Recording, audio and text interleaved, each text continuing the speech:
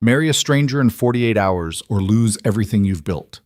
Those were the words that shattered Vivian Hart's perfect world. At 30, she'd conquered Wall Street, crushed every rival, and built an empire most men twice her age could only dream of. But her grandfather's ultimatum wasn't just cruel, it was calculated. The groom? Caleb Rowan, a broke mechanic with calloused hands and a 6-year-old daughter. But here's what Vivienne didn't know. The man moving into her penthouse wasn't who he claimed to be.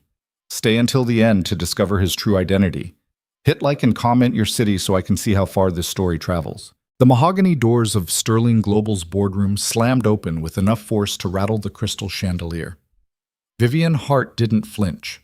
She'd learned early that power wasn't about reacting, it was about making others react to you. You're late, grandfathers. Richard Sterling moved into the room like winter itself had taken human form.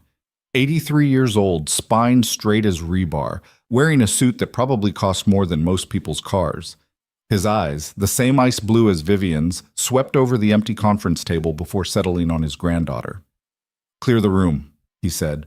Vivian's assistant, Marcus, hesitated in the doorway. She gave him the slightest nod, and he vanished, pulling the doors shut behind him. The click of the lock echoed like a gunshot. "I have a meeting with the Tokyo investors in 20 minutes, Vivian said, not bothering to stand. "Whatever this is, you're getting married." The words hung in the air like smoke. Vivian's fingers, poised over her tablet, went still. Then she laughed, a cold, sharp sound that could cut glass. "I'm sorry, what?" Richard moved to the windows overlooking Manhattan. 42 floors below, the city crawled with people who'd kill for a fraction of what Vivian had. "You heard me? You have 48 hours to accept my terms, or I invoke Clause 17 of the company charter." Vivian's blood turned to ice water. Clause 17. The nuclear option. Written into Sterling Global's founding documents by her great-grandfather in 1947, it gave the company's original shareholder, currently Richard, the power to transfer controlling interest to a designated successor if the acting CEO was deemed unfit to preserve the family legacy. "You can't be serious." Her voice came out steady, but her heart was jackhammering against her ribs. "I've tripled this company's value in 5 years. Our stock price is irrelevant." Richard turned from the window. "You're 30 years old, Vivian. Unmarried. No children. No ties to anything except quarterly earnings reports. That's prehistoric thinking. That's reality." He crossed to the table, placed a manila folder in front of her. "Derek Chen has been circling Sterling Global like a vulture for 2 years. He's already approached 3 board members with buyout offers. If I declare you unfit and transfer my shares, he'll have majority control within a month." Derek Chen. The name alone made Vivian's jaw tighten. Ruthless corporate raider, known for gutting companies and selling them for parts. He'd been sniffing around Sterling Global since Vivian had outbid him for a telecommunications contract in Seoul. "So you're blackmailing me into marriage to prevent a hostile takeover?" She shoved the folder back across the table unopened. "There are other ways. None that I trust." Richard's voice went quiet, which somehow made it worse. "Your father would have understood. Before the accident, don't." Vivian stood so fast her chair rolled backward. "Don't you dare use them as leverage." Her parents. Dead 12 years now. Small plane crash off the coast of Maine. She'd been 18, freshman year at Harvard. The memory still had teeth. Richard's expression didn't change. "The family needs stability. The board needs reassurance. A marriage provides both." "To whom?" The question came out like broken glass. "What poor bastard did you bribe to—" "His name is Caleb Rowan, 32, single father. He's a mechanic at a shop in Brooklyn." The room tilted slightly. "A mechanic?" "Yes." "You want me to marry a mechanic?" "I want you to marry someone who will provide the stability this company needs without threatening your position." Richard opened the folder himself, slid a photograph across the table. "He's not interested in Sterling Global. He has a daughter to raise. This arrangement is purely transactional." Vivienne stared at the photo. The man looking back at her had dark hair that needed cutting, strong jawline, work-roughened hands gripping a wrench. He wore a gray mechanic's uniform with Rowan stitched over the pocket. Not unattractive, but not the kind of man who belonged in her world. "You've lost your mind," I've protected this family for 6 decades. Richard's voice went hard. Sterling Global survives because I make difficult decisions. This is one of them. And if I refuse, then Derek Chen gets my shares. He'll install himself as CEO within a week. You'll be out. Everything your parents built, everything you fought for, gone. Vivian's nails dug into her palms. There has to be another way. There isn't. Richard moved toward the door, then paused. 48 hours, Vivian. The wedding is already arranged. Friday evening, City Hall. You'll sign a prenuptial agreement protecting Sterling Global's assets. After 1 year, you can divorce if you choose. But right now, this is the only option that keeps you in control. Why him? The question escaped before she could stop it. Why a mechanic from Brooklyn? Something flickered across Richard's face. Because he needs this as much as you do. And because sometimes the least expected choice is the safest one. Then he was gone, leaving Vivian alone with a photograph and a choice that wasn't really a choice at all. So, Marcus appeared 60 seconds later, probably alerted by whatever sixth sense good assistants developed. He took one look at Vivian's face and closed the door behind him. How bad? Get me everything on Caleb Rowan. She shoved the photo toward him. Employment records, financial history, social media, parking tickets. I want to know what brand of toothpaste he uses. On it. Marcus pulled out his phone. Should I cancel Tokyo? No. Vivian forced her breathing to steady. We proceed as planned. This is... She caught herself before saying, nothing. This is handled. But her hands were shaking when she picked up the photograph again. The report arrived at 11 p.m., delivered to Vivian's penthouse by courier. She'd spent the intervening hours in meetings, forcing herself to focus on acquisition strategies and market projections while her world tilted on its axis. Now, alone in her living room with floor-to-ceiling windows overlooking Central Park, she finally let herself look. Caleb Rowan, born in Boston. Father deceased, mother remarried, and living in Florida. Graduated from MIT, that made her pause, with a degree in mechanical engineering. Worked for 3 years at an aerospace company before nothing. Gap in employment. Then resurfaced in New York 5 years ago as a mechanic at Romano's Auto Repair in Brooklyn. Married 7 years ago to Sarah Chen. Vivian's breath caught. Chen. Same last name as Derek. She flipped pages frantically. Not related. Sarah Chen, pediatric nurse, died 4 years ago from complications during childbirth. Left behind a daughter, Ella, 6 years old now. The pieces weren't adding up. MIT graduate working as a mechanic? Wife dying 4 years ago but only showing up in New York 5 years ago? Vivian reached for her phone. Marcus, the employment gap? Did you... Already checking, his voice came through, alert despite the hour. Those 3 years after MIT? Nothing. No tax records, no credit card activity. He basically didn't exist. People don't just stop existing. People with the right connections do. That stopped her. What are you suggesting? I'm not suggesting anything. I'm telling you the file has holes big enough to drive a truck through. Papers rustled on his end. Want me to dig deeper? Vivian looked at the photograph paperclipped to the file. Caleb Rowan, caught mid-laugh at some barbecue. His daughter on his shoulders. The smile reached his eyes. He looked normal, harmless. No, she said finally. If grandfather chose him, he's already been vetted. And if grandfather's wrong? He's never wrong. The words tasted like ash. That's the problem.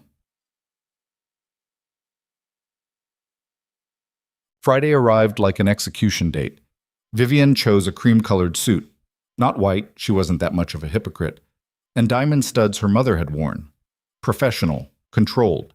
The armor she wore into every boardroom. City Hall was exactly as depressing as expected. Fluorescent lights, scuffed linoleum, the faint smell of industrial cleaner. Richard was already there, speaking quietly with a woman in a judge's robes. No other family, no friends, just a handful of witnesses who'd been paid to forget this ever happened. Then Caleb Rowan walked in, and Vivian's carefully constructed composure cracked. The photograph hadn't lied, but it hadn't told the whole truth either. He was taller than she'd expected, probably 6'2", with the kind of build that came from actual physical work rather than boutique gym memberships. He'd cleaned up, dark suit that fit surprisingly well, hair trimmed, face freshly shaved, but there was something in the way he moved. Careful, controlled, like a man used to being underestimated. A little girl clung to his hand. Ella. Dark curls, enormous brown eyes, wearing a purple dress that looked brand new. She stared at Vivian with the kind of unfiltered curiosity only children could manage. Ms. Hart. Caleb's voice was deeper than she'd expected. Educated accent, no trace of Brooklyn. I assume you've been briefed. Thoroughly. Vivian extended her hand. Professional, distant. Mr. Rowan? His handshake was firm but brief. Then he crouched down to his daughter's level.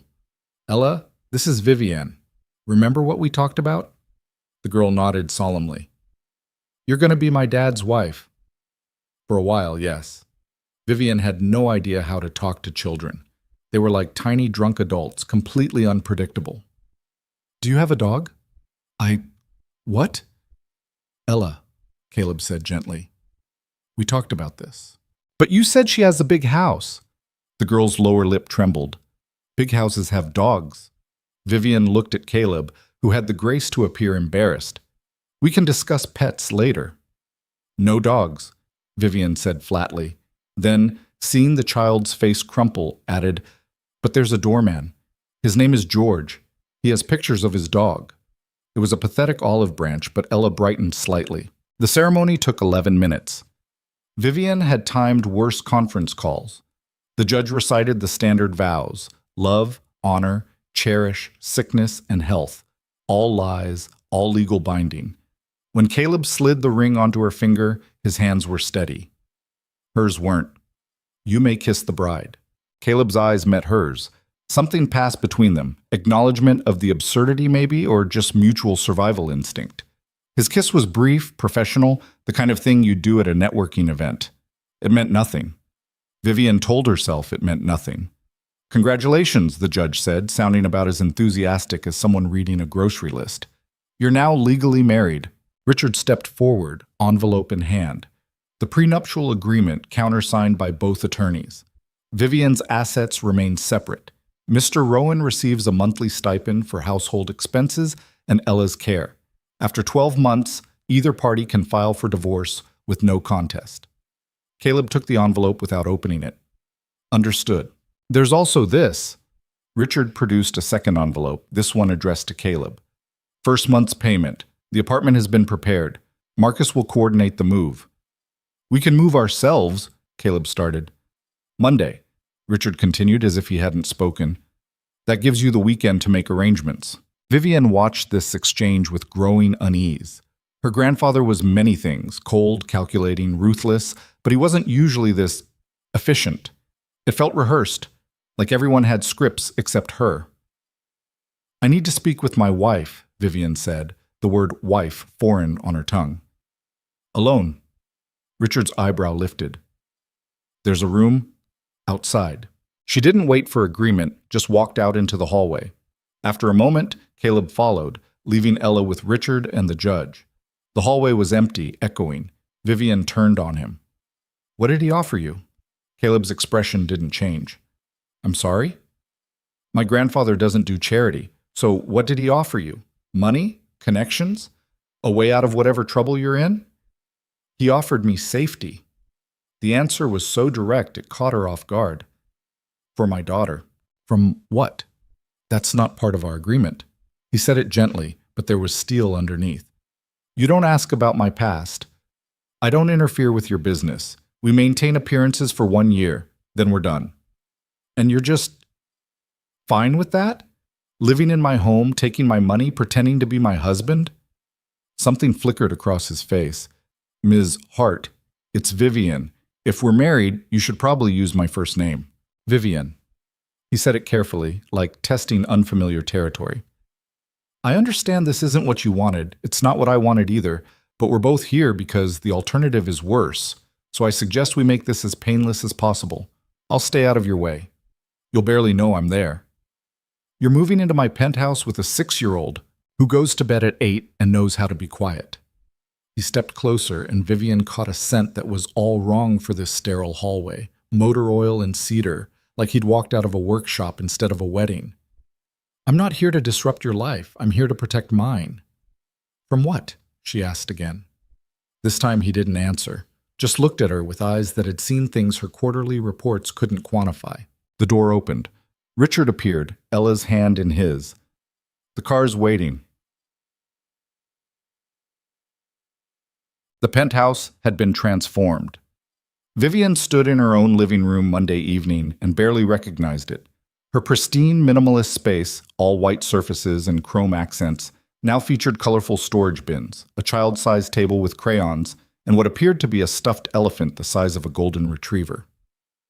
"What," she said slowly, "is that?" Marcus appeared from the hallway, tablet in hand. "That's Mr. Snuffles. Apparently he's essential. He looks like he has rabies. I'll make a note." Marcus didn't look up from his screen. "Mr. Rowan and Ella are settling into the East Wing. I've arranged for a nanny to start tomorrow. I can take care of my own daughter." Caleb emerged from the hallway, carrying a box labeled Ella's Books. He'd changed into jeans and a faded MIT t-shirt that answered at least one of Vivian's questions. The shirt fit him like it had been worn 1,000 times. "We don't need a nanny," he continued, setting the box down.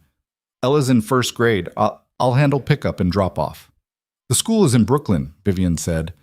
"You're living on the Upper East Side now." "Then I'll commute." "That's ridiculous, Ms. Hart." He said it quietly, but the formality was deliberate. A reminder that for all their legal binding, they were strangers. "I appreciate the thought, but Ella's routine matters. Consistency matters. I'm not outsourcing her care because the zip code changed." Vivian opened her mouth to argue, then caught Marcus's subtle headshake. "Pick your battles." "Fine, but the nanny stays. For emergencies." "Agreed." Caleb picked up the box again. "I'll be out of your way in an hour." After he disappeared back into the East Wing, Marcus leaned in. "He's not what I expected." "What did you expect?" "Someone more," Marcus gestured vaguely. "Grateful? Overwhelmed? This guy acts like moving into a $12 million penthouse is just another Tuesday." Vivian thought about that MIT shirt, the careful way Caleb spoke, the gaps in his employment record. "Run the background check again. Everything from the moment he left college." "Already did. Came back the same. He's a ghost for 3 years." "Then find out why." The first week was a study in forced cohabitation. Vivian left for the office at 6 a.m., returned around 9 p.m., and mostly encountered evidence of her new roommates rather than the roommates themselves. Ella's artwork on the fridge, Caleb's coffee mug in the sink. He drank it black, she noted, and apparently went through 4 cups before breakfast. A stuffed bear on the couch. Children's laughter from behind closed doors. She'd expected chaos. Instead, she got silence. They stayed in their wing, she stayed in hers, like neighboring countries with a demilitarized zone made of marble tile. On Friday, Vivian came home early, crisis averted in London, meetings canceled, and found Caleb in her kitchen. Not just in the kitchen, cooking.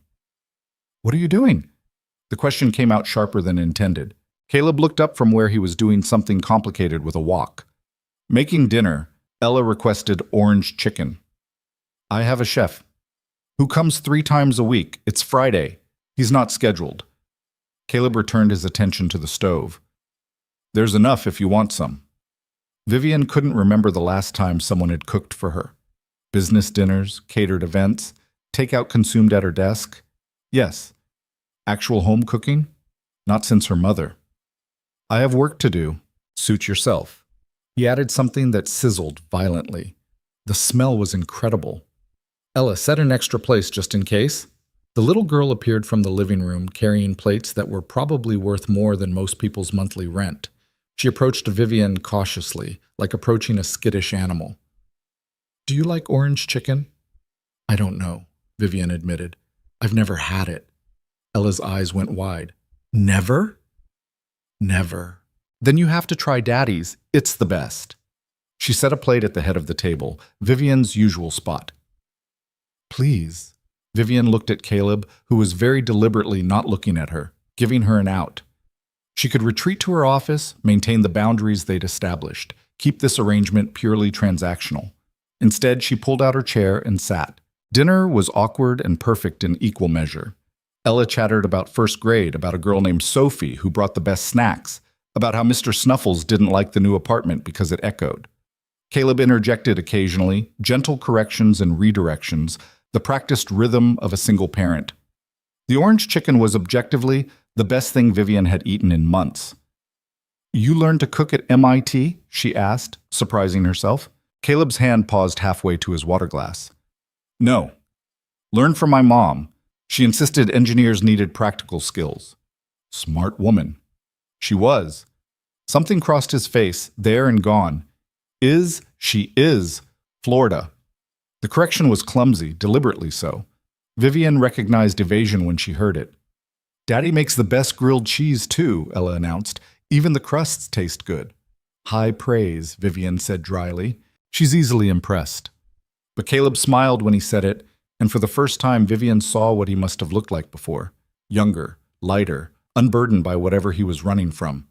After dinner, Ella helped clear plates, then retreated for her bath. Vivian found herself alone in the kitchen with Caleb, who was doing dishes by hand despite the state-of-the-art dishwasher 3 feet away. "You don't have to do that," she said. Force of habit. He rinsed a plate. "Small apartment in Brooklyn. Dishwasher was always broken." "This isn't Brooklyn." "No." He looked around the kitchen, the marble counters, the custom cabinetry, the view of Central Park through the windows. "It's definitely not." Vivian should have left, should have retreated to her office, maintained the distance that made this arrangement bearable. Instead, she heard herself ask, "Why mechanical engineering?" "Why Wall Street?" he countered. "I asked first." He set down the plate, considering. "I like understanding how things work, how systems connect, how small changes can prevent catastrophic failures." His eyes met hers. "What about you?" "I like winning." The answer came without thought. "And Wall Street keeps score." "Does it?" Caleb's tone was neutral, but the question had weight. "Or does it just convince you the score matters?" Before Vivian could respond, Ella called from the bathroom. "Daddy? Mr. Snuffles fell in." Caleb's face transformed, exasperation and affection in equal measure. "That's the 3rd time this week." He moved toward the hallway, then paused. "Thank you for having dinner with us. It's my kitchen. It's your kindness." He said it simply, like stating a fact. Ella noticed. Then he was gone, leaving Vivian alone with dirty dishes and the uncomfortable realization that her carefully constructed walls had developed their first crack. The call came at 2 a.m. on Tuesday. Vivian jerked awake to her phone vibrating against the nightstand. Unknown number.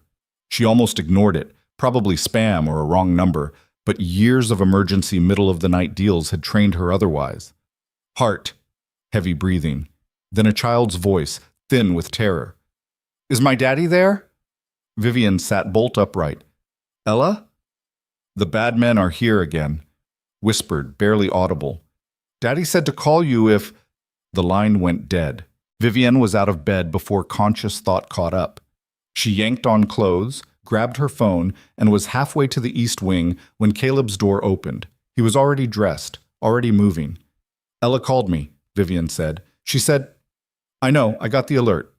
He brushed past her, heading for the front door with lethal focus. "Stay here." "Like hell, if someone's threatening a child in my building—" "This isn't about the building." Caleb spun to face her, and for the first time, Vivian saw something dangerous in his eyes. "This is about me, about mistakes I made before you, so stay here, lock the door, and if I'm not back in 30 minutes, call this number." He thrust a card at her. "Not 911. This number." Vivian looked at the card.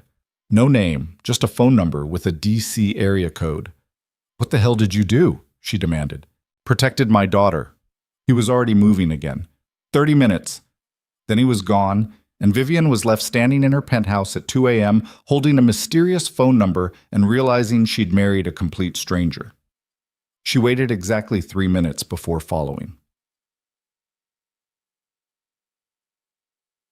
The building's security footage showed Caleb entering the service elevator, descending to the parking garage. Vivian pulled it up on her phone, perks of owning the building, and watched him move through the garage with the efficiency of someone who'd done this before. Not a mechanic's movements. Something else.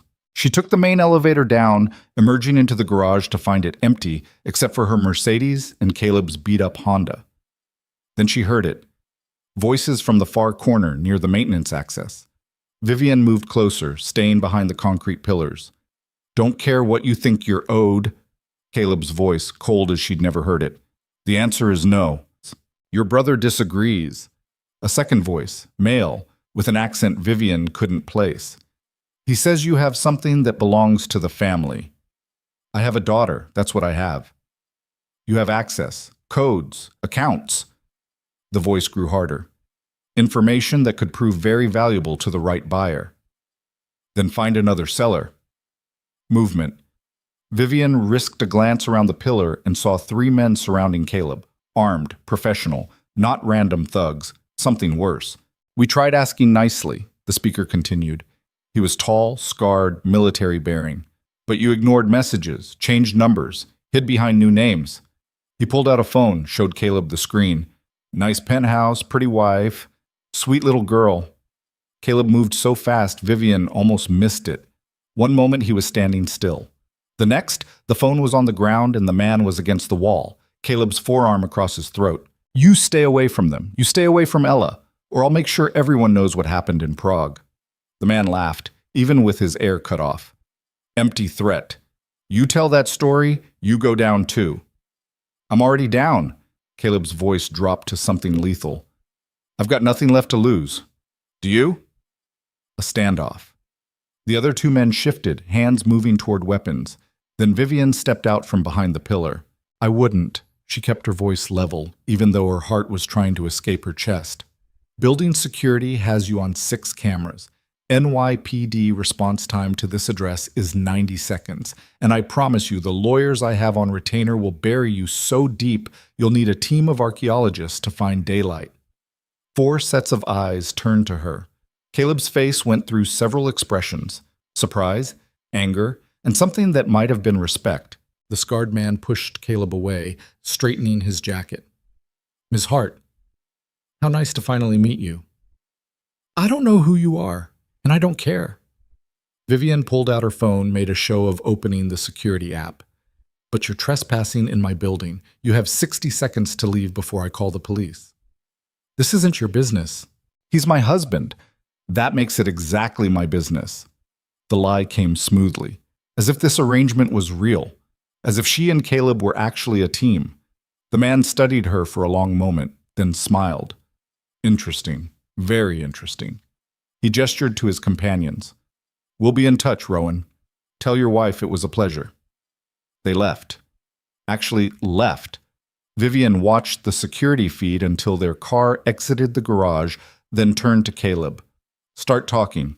He looked at her, really looked like he was seeing her for the first time. "You shouldn't have come down here. And you shouldn't have lied to me about who you are." Her hands were shaking now, adrenaline crash incoming.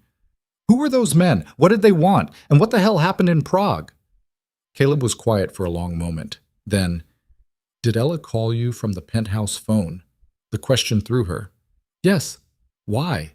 "Then she's safe. And the security protocols worked." He started toward the elevator. "Come on, I'll explain upstairs." "You'll explain now, upstairs." He stopped, looked back at her. "Please, Vivian, I have to check on my daughter. Then I'll tell you everything you need to know." It wasn't everything. It was what she needed to know. The distinction mattered, but she followed him anyway. See, Ella was asleep in her bed, clutching Mr. Snuffles, when they checked on her. The emergency phone, a basic flip model, Vivian noticed, was on her nightstand. Caleb stood in the doorway for a full minute, just watching his daughter breathe. "She practiced the drill," he said quietly. "Every week. If you see the bad men, lock your door, call Vivian, hide in the closet. She's 6. She shouldn't have to practice that. But she does, because you're running from something." "Yes." They retreated to the living room. Caleb poured 2 glasses of whiskey. When had he learned where she kept the good stuff? And handed her one. Then he sat on the couch that probably cost more than his car and told her the truth. Some of it, anyway. My brother, he started, is not a good person. Alexander Rowan. He runs a private intelligence firm, sells information to the highest bidder. Governments, corporations, criminals. He doesn't discriminate. And you worked for him. Worse, I helped build his systems. Caleb stared into his glass. That's what I did during those missing 3 years. Design networks for moving money, hiding transactions, erasing digital footprints. I was very good at it. MIT education put to use. Yeah. He took a drink. I told myself it was just engineering, just puzzles. I didn't ask who used the systems or why, until I met Sarah, his wife. Vivian waited. She was treating a kid, 5 years old, refugee from a war zone, needed specialized care. His voice went rough. I found out later that Alexander's firm had facilitated the arms deal that leveled the kid's village. My systems, my code, helped hide the money trail. Jesus. I tried to leave. Alexander said no, said I knew too much. So I took copies of everything, every transaction, every client, every dirty secret in his files, and I ran. Changed my name, changed cities, became someone who worked with his hands instead of computers. He finally looked at her. Sarah knew. She helped me disappear. We got married, had Ella. For 4 years we were safe. Until she died. Until they killed her. The words were flat, final. Made it look like medical complications, but I know. Alexander sent a message. Run farther, or the next one's your daughter. The pieces clicked into place. That's why you agreed to marry me. Grandfather offered protection. Your grandfather, Caleb said carefully, has resources that make Alexander's network look like a lemonade stand, and he has reasons to want my brother neutralized. What reasons? That's between him and me. Caleb stood, set down his glass. I'm sorry I brought this to your door. If you want out of the arrangement, I understand. I can find another. No. He stopped. Vivian stood too, trying to ignore the fact that she was wearing pajamas and having a conversation about private intelligence firms in her living room at 3 a.m. Those men threatened Ella. They threatened me. I don't respond well to threats. Vivian, I have lawyers, Caleb. I have security. I have enough money to make problems disappear permanently. She moved closer. And right now, you and Ella are legally my problem. So if your brother wants to play games, he'd better be ready to lose. Something shifted in Caleb's expression. You don't know what you're offering. I know exactly what I'm offering. Strategic protection in exchange for... She paused. What was she getting out of this besides avoiding Derek Chen? Information. Information? You said you're good with systems, with finding patterns. Vivian made a decision. Derek Chen, the man trying to take Sterling global. I want to know everything about him, every dirty deal, every skeleton, every vulnerability. Can you do that? Caleb studied her for a long moment, then smiled, a real smile, sharp and dangerous. Yes, I can do that. Then we have a deal. She extended her hand. Partners? He took it. His grip was warm, solid, nothing like the brief professional handshake at City Hall. Partners. Neither of them let go for a moment too long. Then Caleb stepped back, the moment broken. I should try to sleep. Ella will be up in 4 hours demanding pancakes. Does she like blueberries? He paused in the doorway. What? In her pancakes. Blueberries. Yes or no? Yes. Why? Because I'm working from home tomorrow. Vivian picked up both whiskey glasses, headed for the kitchen. And if we're doing this, actually doing this, then we should probably eat breakfast together. Appearances matter. Appearances, Caleb repeated, but he was smiling again. Right. After he left, Vivian stood at the window looking out over Central Park. Somewhere in the city, Alexander Rowan was planning his next move. Somewhere else, Derek Chen was circling Sterling Global like a shark. And here she was, standing in her penthouse at 3 a.m., having just promised to go to war for a man she'd married 11 days ago. Her grandfather was either a genius or insane. Possibly both. Vivian pulled out her phone, sent a single text to Marcus. Need everything on Alexander Rowan. Intelligence contractor ties to Prague. Flag anything connecting to Derek Chen. The response came immediately. Already on it. You okay? She looked at the two empty whiskey glasses, thought about Caleb's face when he'd talked about his daughter, remembered the cold efficiency with which he'd moved in that garage. Getting there, she typed back. Tomorrow, 9 a.m., war room. Which war? Vivienne smiled. All of them. She was 30 years old. She'd built an empire from her parents' ashes. She'd crushed competitors twice her age and 3 times as ruthless. And now she had a husband who designed systems to hide money, a daughter who practiced emergency drills, and enemies she hadn't even known existed. This was going to be interesting. Marcus arrived at 8:45 a.m. with 3 laptops, a file box, and enough coffee to fuel a small army. He took one look at Vivienne, already showered, dressed, makeup perfect despite 4 hours of sleep, and shook his head. You look terrible. I look professional. She took one of the coffees. Conference room. Now. Good morning to you too. But he was already moving, setting up his equipment on the dining table that Vivienne hadn't used for actual dining in 2 years. I pulled everything on Alexander Rowan. You're not going to like it. I already don't like it. The smell of pancakes drifted from the kitchen. Vivienne glanced over to see Caleb at the stove, Ella perched on a counter stool, both of them covered in flour. When had he gotten up? She'd been awake since 5 and hadn't heard a sound.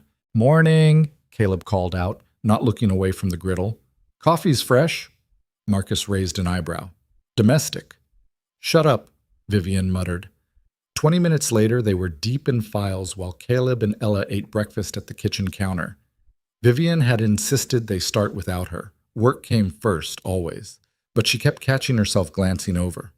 Watching Caleb cut Ella's pancakes into precise squares, the way the little girl talked with her hands, syrup on her chin. Boss! Marcus snapped his fingers. Focus, Alexander Rowan. Right, the brother. Vivienne turned back to the screen. Alexander Rowan's file read like a spy thriller, written by someone with a sadistic streak. Former CIA, discharged under circumstances that were heavily redacted. Founded Meridian Intelligence Group 6 years ago. Clients included 3 governments currently under UN sanctions, 2 Fortune 500 companies with histories of labor violations, and at least 1 organization that Interpol had designated as a terrorist front. Jesus, Vivienne breathed. How is he not in prison? He's careful, very careful. Marcus pulled up a network diagram. Look at the corporate structure. 17 shell companies, accounts in 8 countries, layers upon layers of legal protection. Even if you could prove illegal activity, you'd spend 5 years just figuring out who to prosecute. Caleb built this. Some of it, yeah. Marcus glanced toward the kitchen. Your husband has skills. He's not my... Vivienne caught herself. What about Derek Chen? Any connection? That's where it gets interesting. Marcus opened a second file. Derek Chen, age 42, made his first fortune in hostile takeovers, lost most of it in the 2018 market crash, rebuilt through increasingly aggressive acquisition tactics. He's been after Sterling Global for 2 years. I know all this. But did you know his sister was married to Caleb? The room went quiet, except for Ella's laughter from the kitchen. Sarah Chen, Marcus continued, Derek's younger sister, estranged from the family after she married Caleb. Derek blamed Caleb for... He checked his notes. Quote, corrupting her and dragging her into his criminal associations. Vivienne's mind raced. So Derek knows about Alexander. About Caleb's past. Probably. And here's the fun part. Marcus pulled up a financial transaction log. 3 months ago, Meridian Intelligence Group received a consulting fee from one of Derek Chen's holding companies. $2 million.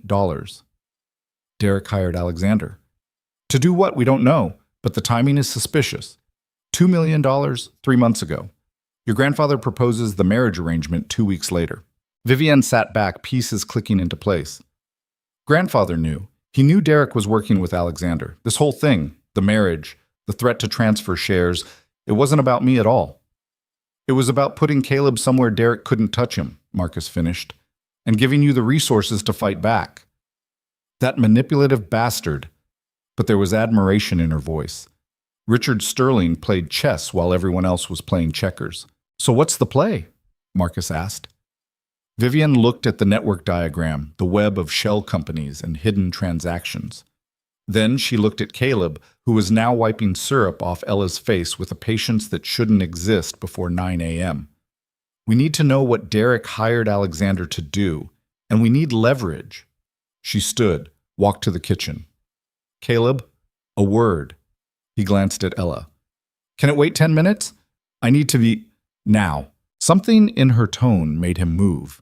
He said something quiet to Ella, who nodded and went back to her pancakes, then followed Vivian to the far end of the living room. Derek Chen hired your brother, she said without preamble. $2 million 3 months ago. What would that buy? Caleb's face went carefully blank. Depends what he wanted. Don't play dumb. You know how your brother operates. $2 million. What service? A long pause. Then, information, probably. Financial records. Communications. Blackmail material. Alexander specializes in finding things people want hidden. Things about Sterling Global. Things about you. Caleb met her eyes. Derek's been trying to take your company for 2 years. If Alexander found something, a scandal, a vulnerability, anything he could weaponize, Derek would pay well for it. Vivian's stomach dropped. And did he? Find something? I don't know. I've been out of Alexander's network for years. But he was thinking. She could see it. Although, what? Alexander's good, but he's not magic. To dig deep into Sterling Global, he'd need inside access. Someone in your company feeding him information. Marcus appeared at Vivian's elbow. We should audit everyone with executive clearance, financial records, communications, the works. That's 60 people, Vivian said. If word gets out that we're investigating our own executives, then we do it quietly. Caleb's voice was calm, analytical. You don't audit everyone. You look for patterns, unusual expense reports, unexplained absences, lifestyle changes that don't match salary. Alexander pays well, but people get sloppy. They buy new cars, take expensive vacations, make mistakes. You've done this before. I've seen it done. He glanced back at Ella, who was now coloring at the counter. I can help, if you want. Vivian looked at Marcus, who shrugged. He built the systems. Makes sense he knows how to break them. Fine, but we do this my way. No illegal access, no hacking. Wouldn't dream of it, Caleb said, but there was a ghost of a smile. And you tell me everything you find. No secrets. No secrets, he agreed. Liar, Vivian thought, but a useful liar. The next 3 days blurred into a rhythm Vivian had never experienced. Up at 5, coffee with Caleb while he made breakfast. Marcus arriving by 7 with updates. Caleb would take Ella to school, return by 9, then disappear into the guest room he'd converted into a makeshift office. Vivian worked from home. Unusual for her, but necessary, while Caleb did whatever mysterious analysis he was doing. They'd meet for lunch, compare notes, argue about methodology.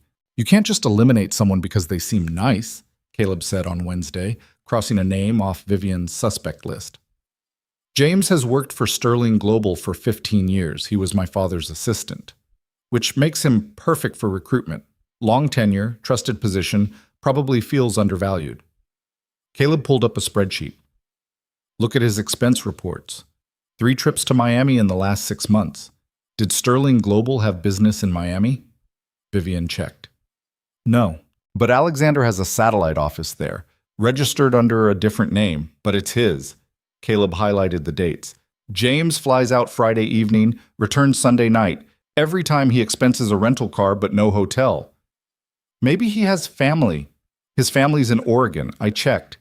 Caleb looked at her. I'm not saying he's definitely dirty. I'm saying it's worth investigating. She hated that he was right. By Thursday, they'd narrowed the list to 8 suspects. Marcus was running deeper background checks, being careful not to trigger any alerts. Vivian was managing the day-to-day chaos of Sterling Global remotely, which her executive team found baffling. Are you sick? Her CFO asked during a video call. I'm working from home for a few days. Is that a problem? No, it's just, you never work from home. I do now. She ended the call before he could ask more questions. That evening, Caleb picked Ella up from school and returned to find Vivian pacing the living room, phone pressed to her ear, voice sharp enough to cut steel. I don't care if the Singapore deal is complicated. Make it work, or I'll find someone who can. She hung up, noticed Caleb and Ella watching from the doorway. What? You're scary when you're angry, Ella announced. Ella, Caleb said quietly. But she is. Her voice gets all... The girl made a slashing motion. Despite everything, Vivian almost smiled. Your father's scary too. You just don't notice because he hides it better. Daddy's not scary. He makes pancakes. Monsters make pancakes too, Vivian said. They're just polite about it. Caleb's expression suggested he couldn't tell if she was joking. We'll be out of your way in... Stay. The word came out before Vivian could stop it. I mean, I'm ordering dinner, Thai food, unless you already have plans. A pause, then, we like Thai food. Extra spicy, Ella added. Daddy can handle it, but he always cries. I don't cry. My eyes water. It's different. You cried last week. That was onions. You said it was allergies. Okay, food, Vivian interrupted, pulling out her phone. Before I regret this invitation, dinner became a thing. Not every night. Vivian still had late meetings. Caleb still maintained Ella's normal routines, but often enough that Vivian started noticing the empty penthouse on nights they weren't there. She'd lived alone for years, preferred it, but now the silence felt wrong. Friday evening, Marcus stopped by with updates and found all three of them on the living room floor, playing some card game that made no sense to Vivian but seemed to have Ella in stitches. You have to match the color or the number, Ella explained for the fourth time. It's easy. Nothing about this is easy, Vivian muttered, staring at her cards. Marcus cleared his throat. Should I come back? No, stay. Vivian set down her cards. Caleb immediately declared her move illegal and stood. What have you got? James Chen. Marcus handed her a file. James is Derek's cousin. Second cousin, technically, but family. He's been feeding information to Meridian Intelligence for 8 months. The room went cold. How sure are you? Caleb asked, still sitting on the floor, but suddenly very focused. Phone records, expense reports, and a bank account in the Caymans with deposits that match Alexander's payment schedules. Marcus looked grim. He's been copying files, email archives, financial projections, strategic plans, everything Derek would need to plan a takeover. Vivian's hands clenched. I'm going to kill him. You're going to fire him, Caleb corrected, standing. Legally and carefully. Then you're going to sue him for breach of contract and corporate espionage. After I kill him. Vivian. Caleb's voice was gentle. I know you're angry. But if you move too fast, Derek will know we found his source. Better to feed James false information, control what Derek sees. She wanted to argue, wanted to march into the office Monday and throw James out a window. But Caleb was right, which made it worse. Fine, we feed him disinformation, but I want him gone within a month.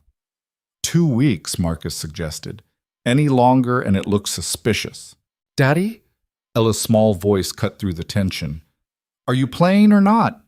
The absurdity of the moment hit Vivian. Standing in her living room in yoga pants, planning corporate espionage, while a 6-year-old waited for someone to take their turn in a card game. We're playing, Caleb said, sitting back down. Vivian's turn. I already went. Illegally, draw 4 cards. That's not a rule. House rules, Ella announced solemnly. Daddy made them. Vivian looked at Marcus, who was trying not to laugh. Don't say a word. Wouldn't dream of it, boss. The weekend brought an unexpected complication. Vivian's grandmother. Catherine Sterling called Saturday morning, her voice carrying the kind of authority that made executives 3 times her age snap to attention. Dinner, tomorrow, 6 o'clock. Bring your husband. Grandmother, I'm working on 6 o'clock, Vivian, don't be late. The line went dead. Vivian stared at her phone. Well, that's going to be fun. Caleb looked up from where he was helping Ella build something elaborate with blocks. Your grandmother? She wants to meet you. Tomorrow. Dinner. His expression suggested he'd rather face Alexander's men again. I should probably know things about your family, so I don't say something stupid. Where do I start? Vivian sat on the couch thinking. Grandmother Catherine, 78, terrifying. She ran Sterling Global's European division for 20 years before retiring. Doesn't tolerate weakness, incompetence, or excuses.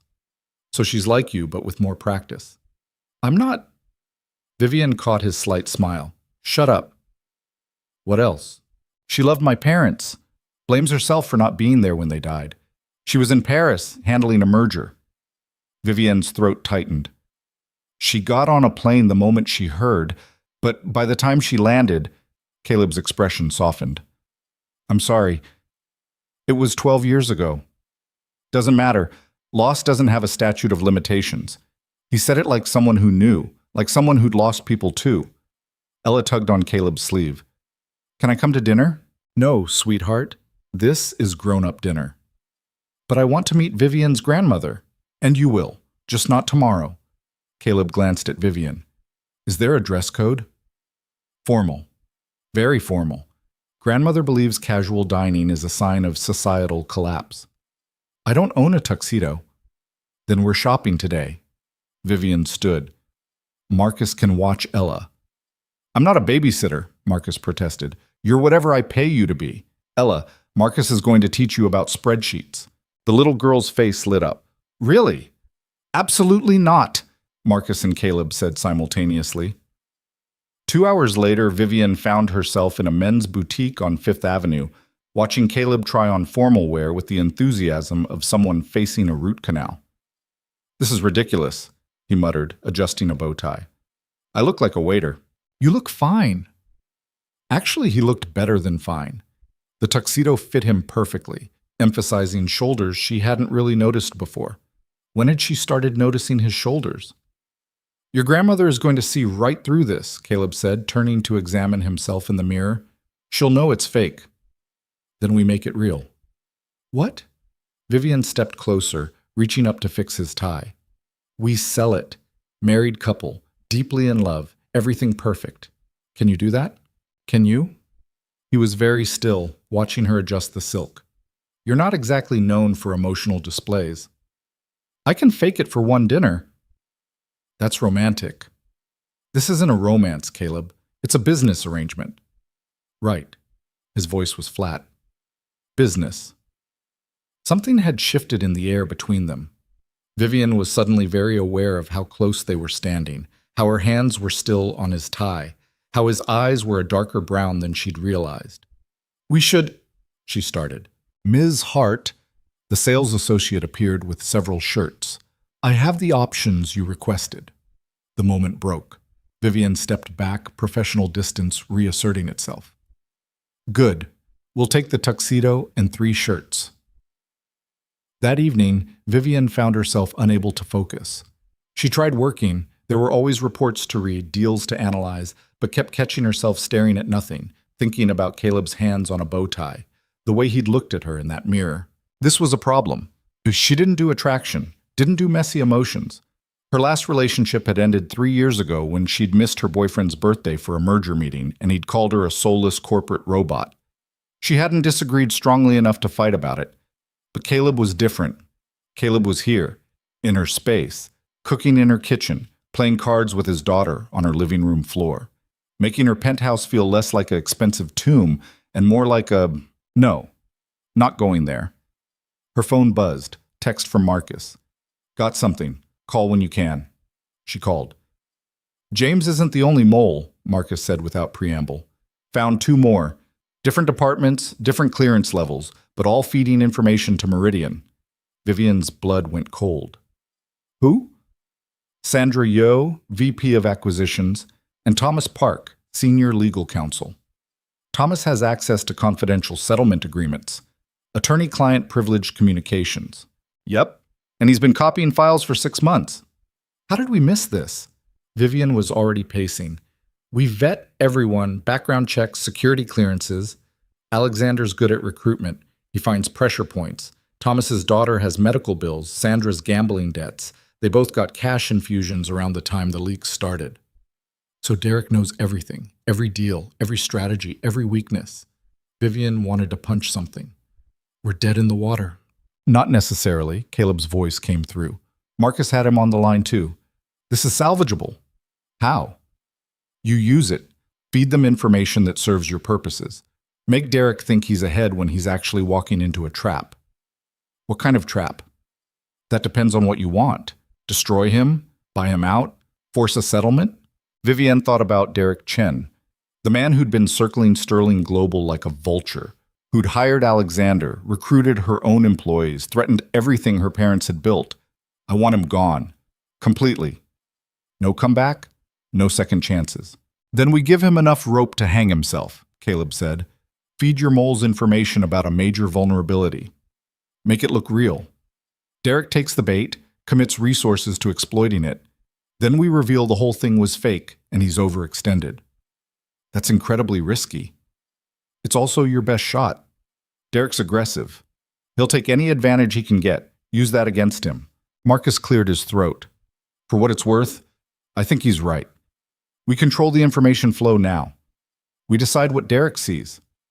Vivienne looked out her window at the city lights. Somewhere out there, Derek Chen was planning Sterling Global's destruction. Her destruction. But he didn't know she'd found his sources. Didn't know Caleb was helping her. Didn't know she was done playing defense. Okay, she said, let's burn him down. Sunday dinner was exactly as awful as Vivienne had anticipated. Catherine Sterling lived in a brownstone that had been in the family for 4 generations. Original hardwood floors, priceless art collection, and a dining room that could seat 20. Tonight, it was just the 3 of them, which somehow made it worse. Grandmother Catherine appraised Caleb with the same expression she probably used for hostile acquisition targets. So, the mechanic. Yes, ma'am. Caleb's voice was respectful, but not obsequious. It's an honor to meet you. Honor. Yes. Catherine sipped her wine. Tell me, Mr. Rowan, what exactly do you do at this repair shop?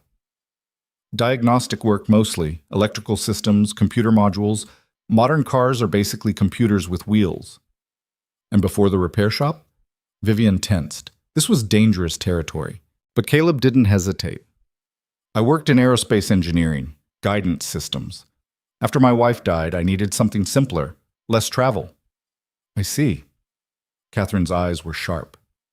And your daughter, Ella? She's 6, first grade, obsessed with elephants and apparently convinced that Vivienne's building needs a dog. Does it?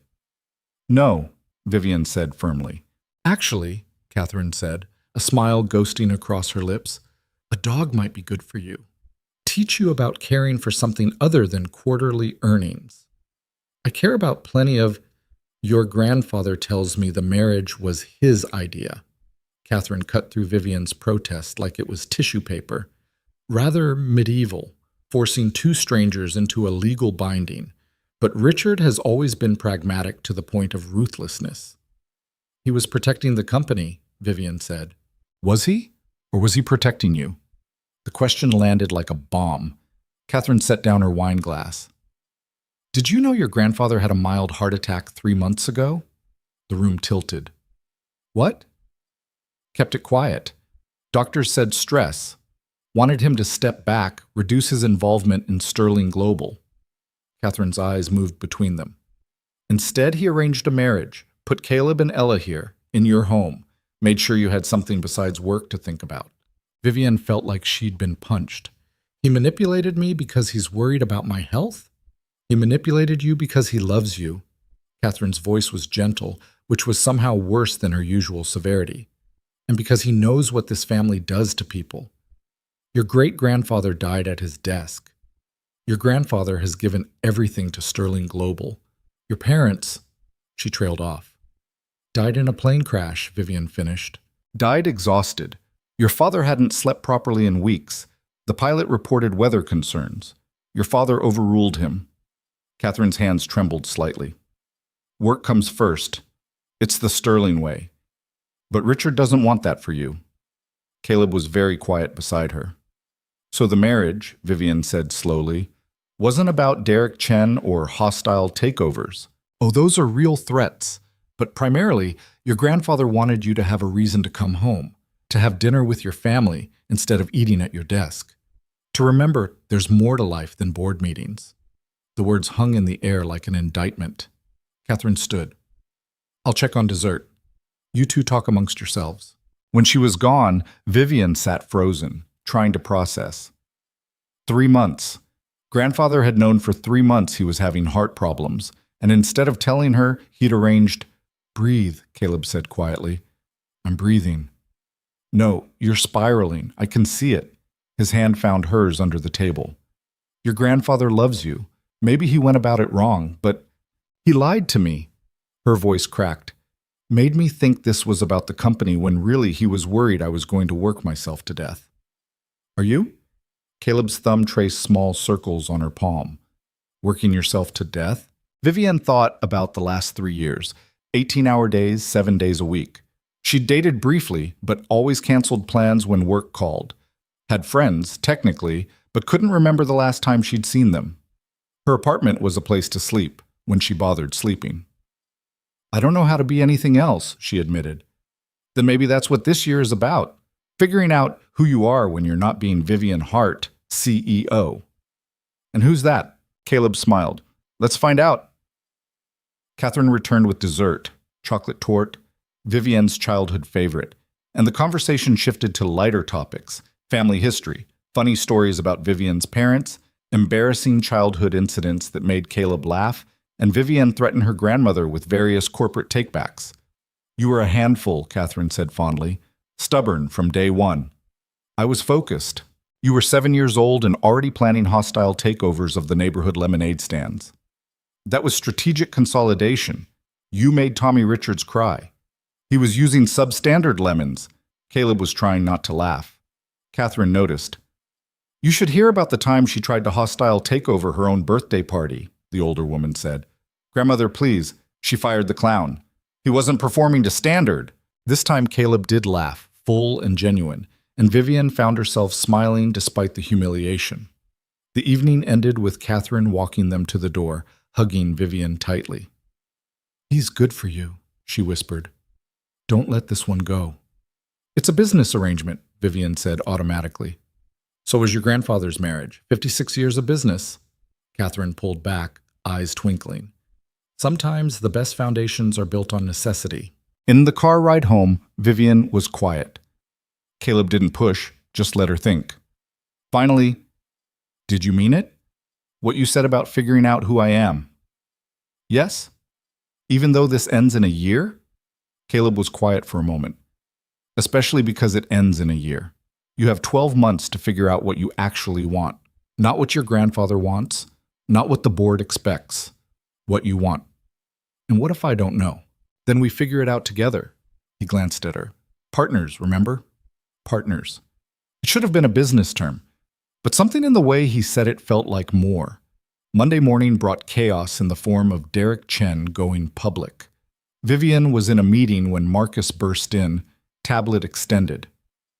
"You need to see this."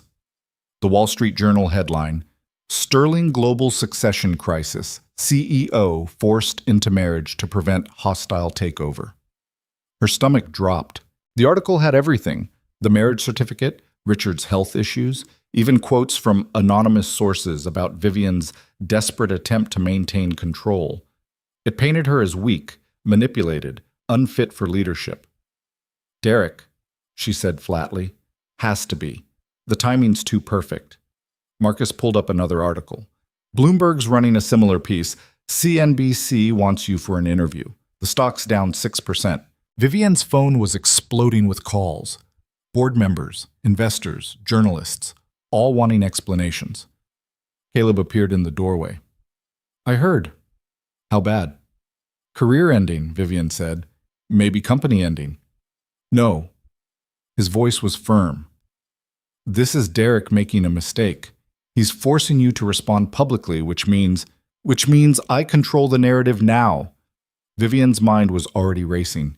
"Marcus, get me CNBC, live interview today if possible. I'm not hiding from this." "Are you sure Derek wants a public fight?" "He'll get one." She looked at Caleb. "But I'll need you there. Married couple, united front.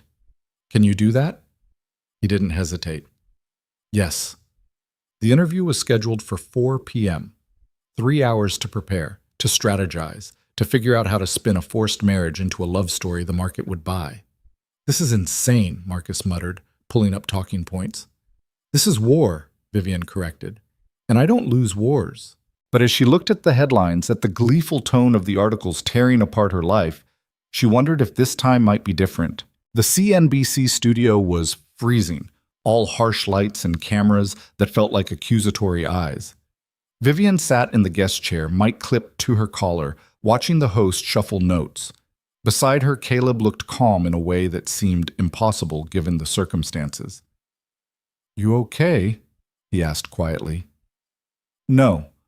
She adjusted her jacket for the third time. "But I will be." The producer counted down. 5, 4, 3. The last two silent, just fingers. We're here with Vivian Hart, CEO of Sterling Global, and her husband Caleb Rowan. The host, Jennifer something Vivian had already forgotten, smiled with practiced sympathy. "Ms. Hart, let's address the elephant in the room. The Wall Street Journal is reporting your marriage was arranged to prevent a hostile takeover. Is that true?" Vivian had rehearsed this, had practiced the corporate speak, the careful deflections. But looking at Jennifer's face, at the barely concealed eagerness for scandal, something in her snapped. "Yes," she said simply. Jennifer's eyes widened. "You're admitting—" "I'm admitting that my grandfather, who's run Sterling Global for 60 years, suggested I get married. He believed it would provide stability during a difficult period. He was probably right." "But you barely knew your husband." "I didn't know him at all." Vivian felt Caleb tense beside her. "We met 2 weeks before the wedding. My grandfather made the introduction.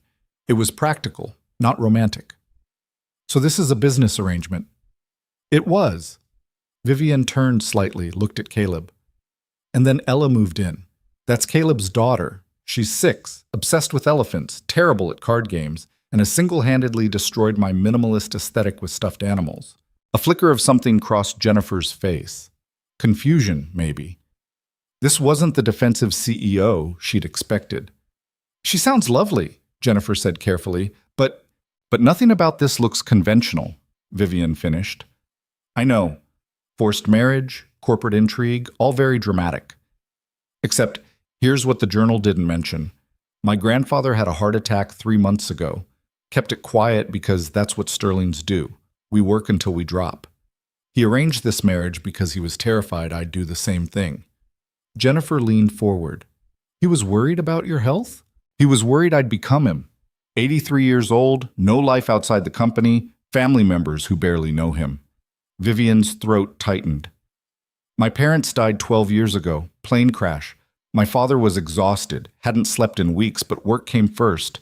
It always comes first with us." Caleb's hand found hers. On camera, deliberate. "So yes," Vivian continued, "my grandfather arranged a marriage, and yes, it was strategic, but mostly it was an old man trying to save his granddaughter from herself."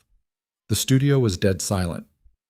"Mr. Rowan," Jennifer said after a moment, "why did you agree to this arrangement?"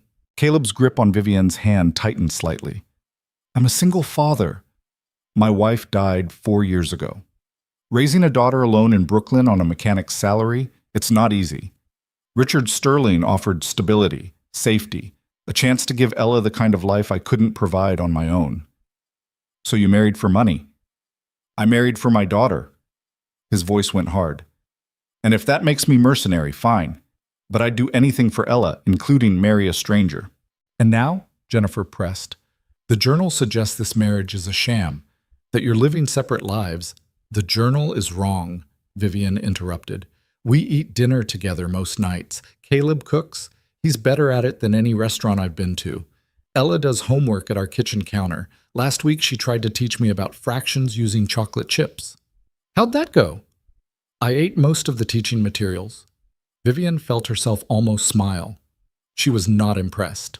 Jennifer was off balance now, searching for the scandal that was supposed to be there. But surely, running a major corporation while maintaining a family life is difficult. Yes, I'm not going to pretend otherwise. Vivian looked directly at the camera. 3 weeks ago, I worked 80-hour weeks. Hadn't taken a vacation in 5 years. Ate dinner at my desk more often than at a table. I was successful and miserable and too driven to notice the difference. And now? Now I leave work at 8 so I can help with bedtime stories. I've learned that orange chicken is apparently an acceptable dinner food. I've discovered that 6-year-olds ask approximately 8,000 questions per hour, and most of them don't have good answers. She paused. And I've realized that maybe my grandfather was right. Maybe there's more to life than quarterly earnings. Caleb squeezed her hand again. Support, or maybe surprise. She was going off script, saying things they hadn't rehearsed. Derek Chen, the investor who's been trying to acquire Sterling Global, called this marriage a desperate ploy by a failing CEO. Jennifer read from her notes. Your response? Derek Chen is a corporate raider who's made a career out of gutting companies and selling them for parts. He's been after Sterling Global for 2 years. My marriage doesn't change the fact that under my leadership, we've tripled our market value and expanded into 6 new territories. If that's failing, I'd hate to see success. He also suggests you're not fit to lead. Because I got married, or because I'm a woman? Vivian's voice went sharp. Let's be clear about what this is.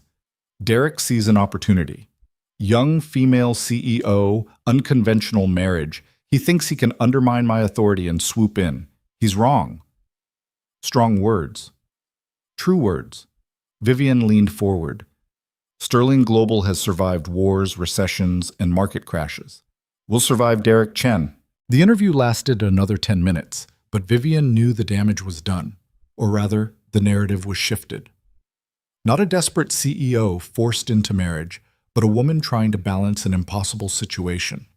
Human, relatable. When they finally left the studio, Marcus was waiting in the car, tablet already up. Stock's recovering, he said without preamble. Up 3% since the interview started. Social media is going crazy, mostly positive. Several board members have already called to express support. And Derek? Vivian asked. Radio silence. But I'm guessing he's furious. Good. She leaned back against the seat, suddenly exhausted. Let him be furious. Caleb was quiet beside her. Too quiet. What? She asked. Nothing. That's not nothing. What? He turned to look at her. You meant it. What you said about Ella, about dinner, about learning there's more to life than work. I was selling a narrative. No. His voice was firm. You weren't. I've watched you sell things, Vivian. That wasn't it. She wanted to argue, wanted to retreat behind corporate walls and maintain professional distance. But looking at his face, she found she couldn't. Maybe I meant some of it, she admitted. Which parts? The chocolate chip fractions were real. She really did yell at me for eating the supplies. Caleb smiled despite himself. She takes math very seriously. I noticed. Vivian looked out the window at the city passing by. Also the part about your cooking being better than restaurants. That was real too. High praise from someone who probably eats at Michelin-starred places. I eat at my desk, from containers, usually cold. She caught his expression. What? That's depressing. That's efficiency. That's sad, he corrected gently. When was the last time you actually enjoyed a meal? Vivian thought about it, really thought. I don't remember. Then we're fixing that tonight. I'm making coq au vin. I have a meeting. Cancel it. I can't just... Yes, you can.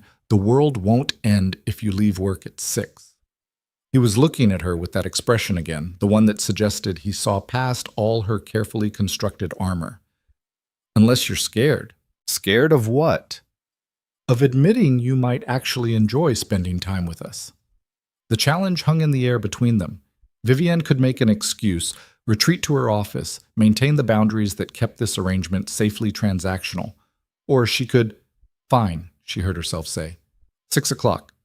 But if this coq au vin isn't spectacular, I'm ordering Thai food. Deal. Marcus was very carefully not smiling in the front seat. That evening, Vivian came home at 6:15, unheard of on a Monday, to find Caleb in the kitchen, Ella doing homework at the counter, and the smell of something incredible filling the apartment. You're late, Caleb said without looking up from the stove. 15 minutes, that barely counts. Dinner's at 6:30. You need to change. Change into what? Something you don't mind getting wine stains on. Ella's helping with sauce and her track record is questionable. The little girl looked up from her math worksheet. I only spilled it twice. Today, Caleb added. Twice today. Vivian found herself smiling despite everything. I'll find something spillable. 20 minutes later, she was back in jeans and an old Harvard sweatshirt, feeling simultaneously underdressed and more comfortable than she had in weeks. Caleb handed her a glass of red wine. Your job is sauce stirring. Follow Ella's instructions exactly. She's very particular. I'm the CEO of a multi-billion-dollar company, and she's the sauce boss. Kitchen hierarchy is different. He moved to start on vegetables, leaving Vivian at the stove with a 6-year-old supervisor. Okay, Ella announced seriously. You have to stir clockwise. Not too fast or it splashes. Not too slow or it burns. That's very specific. Daddy says cooking is like science. You have to follow rules. Vivian stirred carefully, watched Ella's critical expression. How's this? Good, but more even. Like this. The girl demonstrated with her hands. Swirly. Swirly. Got it. They worked like that for 20 minutes, Ella directing, Vivian following orders for possibly the first time in a decade. It should have been frustrating. Instead, it was oddly peaceful. My friend Sophie says you're famous, Ella said suddenly. I'm not famous. I'm just... She saw you on TV with her mom. They said you're really important. Vivian glanced at Caleb, who was very focused on chopping carrots. I run a company. That sometimes means being on TV. Do you like it? Being important? The question was so direct, so honestly curious, that Vivian actually stopped stirring. I don't know. I never really thought about whether I like it. That's sad, Ella announced, echoing her father from earlier. Why is everyone calling my life sad today? Because you don't know if you like your job, the girl explained with 6-year-old logic. Daddy likes fixing cars. I like elephants and math. You should like something. I like winning. Ella considered this. Is winning fun? It's satisfying. But is it fun? Vivian looked at this small person with her serious eyes and earnest expression and realized she didn't have a good answer. When was the last time she'd had actual fun? Not satisfaction from closing a deal, not the rush of crushing a competitor, actual, genuine fun. I don't know, she admitted. Ella patted her arm with sauce-covered fingers. That's okay, we'll teach you. After dinner, which was, objectively, the best meal Vivian had eaten in years, Caleb insisted on teaching her a card game that made even less sense than the previous one. Something about wild cards and reversals and rules that seemed to change based on Ella's mood. That's cheating, Vivian protested when Ella suddenly declared all red cards were worth double. It's not cheating, it's house rules, the girl explained. You can't just make up rules. Sure you can, Caleb said, playing a card that somehow made Vivian draw 6 more. Where do you think rules come from? Logical frameworks designed to ensure fair... Boring, Ella interrupted. Play your card. Vivian played, lost spectacularly, found herself laughing anyway. Later, after Ella was in bed, Vivian found Caleb on the terrace. The penthouse had a small outdoor space she rarely used, too busy, too focused on work. But tonight the air was clear and the city lights spread out like stars. Thank you, she said quietly. For what? The interview, backing me up. You didn't have to do that. We're partners, remember? He was leaning against the railing, looking out at Manhattan. Besides, you were right. Derek needed to see we're united. Were you pretending during the interview? The question came out before she could stop it.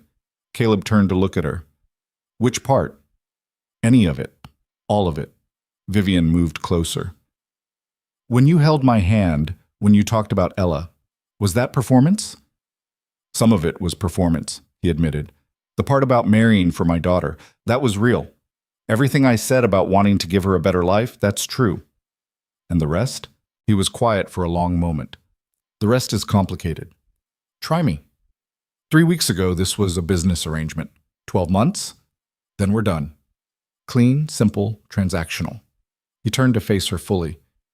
But then you had dinner with us. Then you asked Ella about fractions. Then you came home early today, even though you obviously had work, and you let a 6-year-old boss you around in the kitchen, and you laughed when she cheated at cards. She did cheat. She always cheats. It's part of her strategy. He smiled, but it faded quickly. My point is, this stopped being simple about 2 weeks ago. Vivian's heart was doing something complicated in her chest. What are you saying? I'm saying I don't know anymore. What's real? What's performance? Where the line is. He ran a hand through his hair, frustrated. I'm saying every time I watch you with Ella, I forget this has an expiration date. And that's dangerous. Because in 9 months, this ends. You file for divorce, we move out, you go back to your 80-hour weeks, and I go back to Brooklyn. That was the deal. And if the deal changes? The question hung between them like a held breath. Does it? Caleb asked quietly. Change? Vivian opened her mouth to answer, but her phone buzzed. Marcus. She almost ignored it, but CEO instincts kicked in. I know. Caleb stepped back, professional distance reasserting. Take it. She answered. What is it? Turn on the news. Any channel. Now. Vivian grabbed the remote, found CNN. The headline made her blood freeze. Breaking, Sterling Global VP Sandra Yo arrested for corporate espionage. What the hell? Vivian turned up the volume. The reporter was standing outside FBI headquarters. Taken into custody this evening after a months-long investigation into the theft of proprietary information. Sources say Yo was selling confidential Sterling Global documents to multiple parties, including rival corporations and foreign entities. Caleb appeared at her shoulder. That's one of your moles. Marcus, did you? Not me, Marcus said through the phone. This is federal. Someone else has been investigating, the reporter continued. Also arrested tonight, Thomas Park, senior legal counsel at Sterling Global, and James Chen, executive assistant to CEO Vivian Hart. All three are being charged with corporate espionage, wire fraud, and conspiracy. 3 arrests simultaneously, Caleb said. That's not random. Someone coordinated this. Vivian's mind was racing. Grandfather. What? He knew. He knew about the moles, probably before we did. He's been building a case. She grabbed her jacket. I need to get to the office. It's 10 p.m. I don't care. My entire executive team just got arrested on national television. I need to... Her phone rang again. Unknown number. Ms. Hart? A voice she didn't recognize, professional, clipped.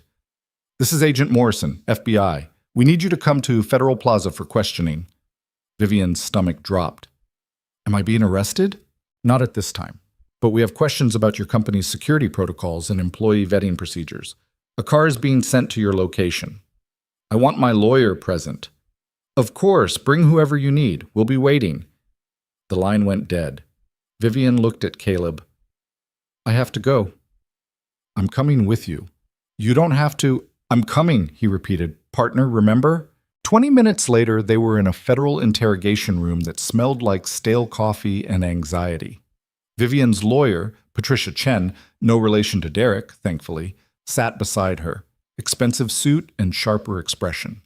Agent Morrison was 50-something, gray hair, eyes that had seen too much. Ms. Hart, how long have you known about the information leaks? About a week, Vivian said. Patricia had coached her in the car. Tell the truth, but only what they ask. And you didn't report them? I was gathering evidence, building a case, instead of alerting authorities. Morrison pulled out a file. That's obstruction. That's due diligence, Patricia interrupted smoothly. My client discovered suspicious activity and began investigating. She was preparing to file a formal report when your arrest preempted the process. Morrison's expression suggested he didn't buy it. Convenient timing. What do you want to know, Agent? Vivian asked directly. I'll answer whatever I can. The next 2 hours were brutal.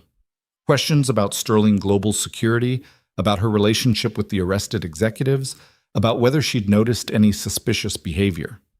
Vivian answered carefully, truthfully, aware that every word was being recorded. Finally, Morrison leaned back. One more question. What's your connection to Alexander Rowan? The room temperature dropped about 20 degrees. I don't know anyone by that name, Vivian said carefully. Really? Because your husband's brother runs a private intelligence firm that we believe facilitated these leaks. You're telling me you know nothing about that? Vivian looked at Caleb, who'd been silent this entire time. His face was unreadable.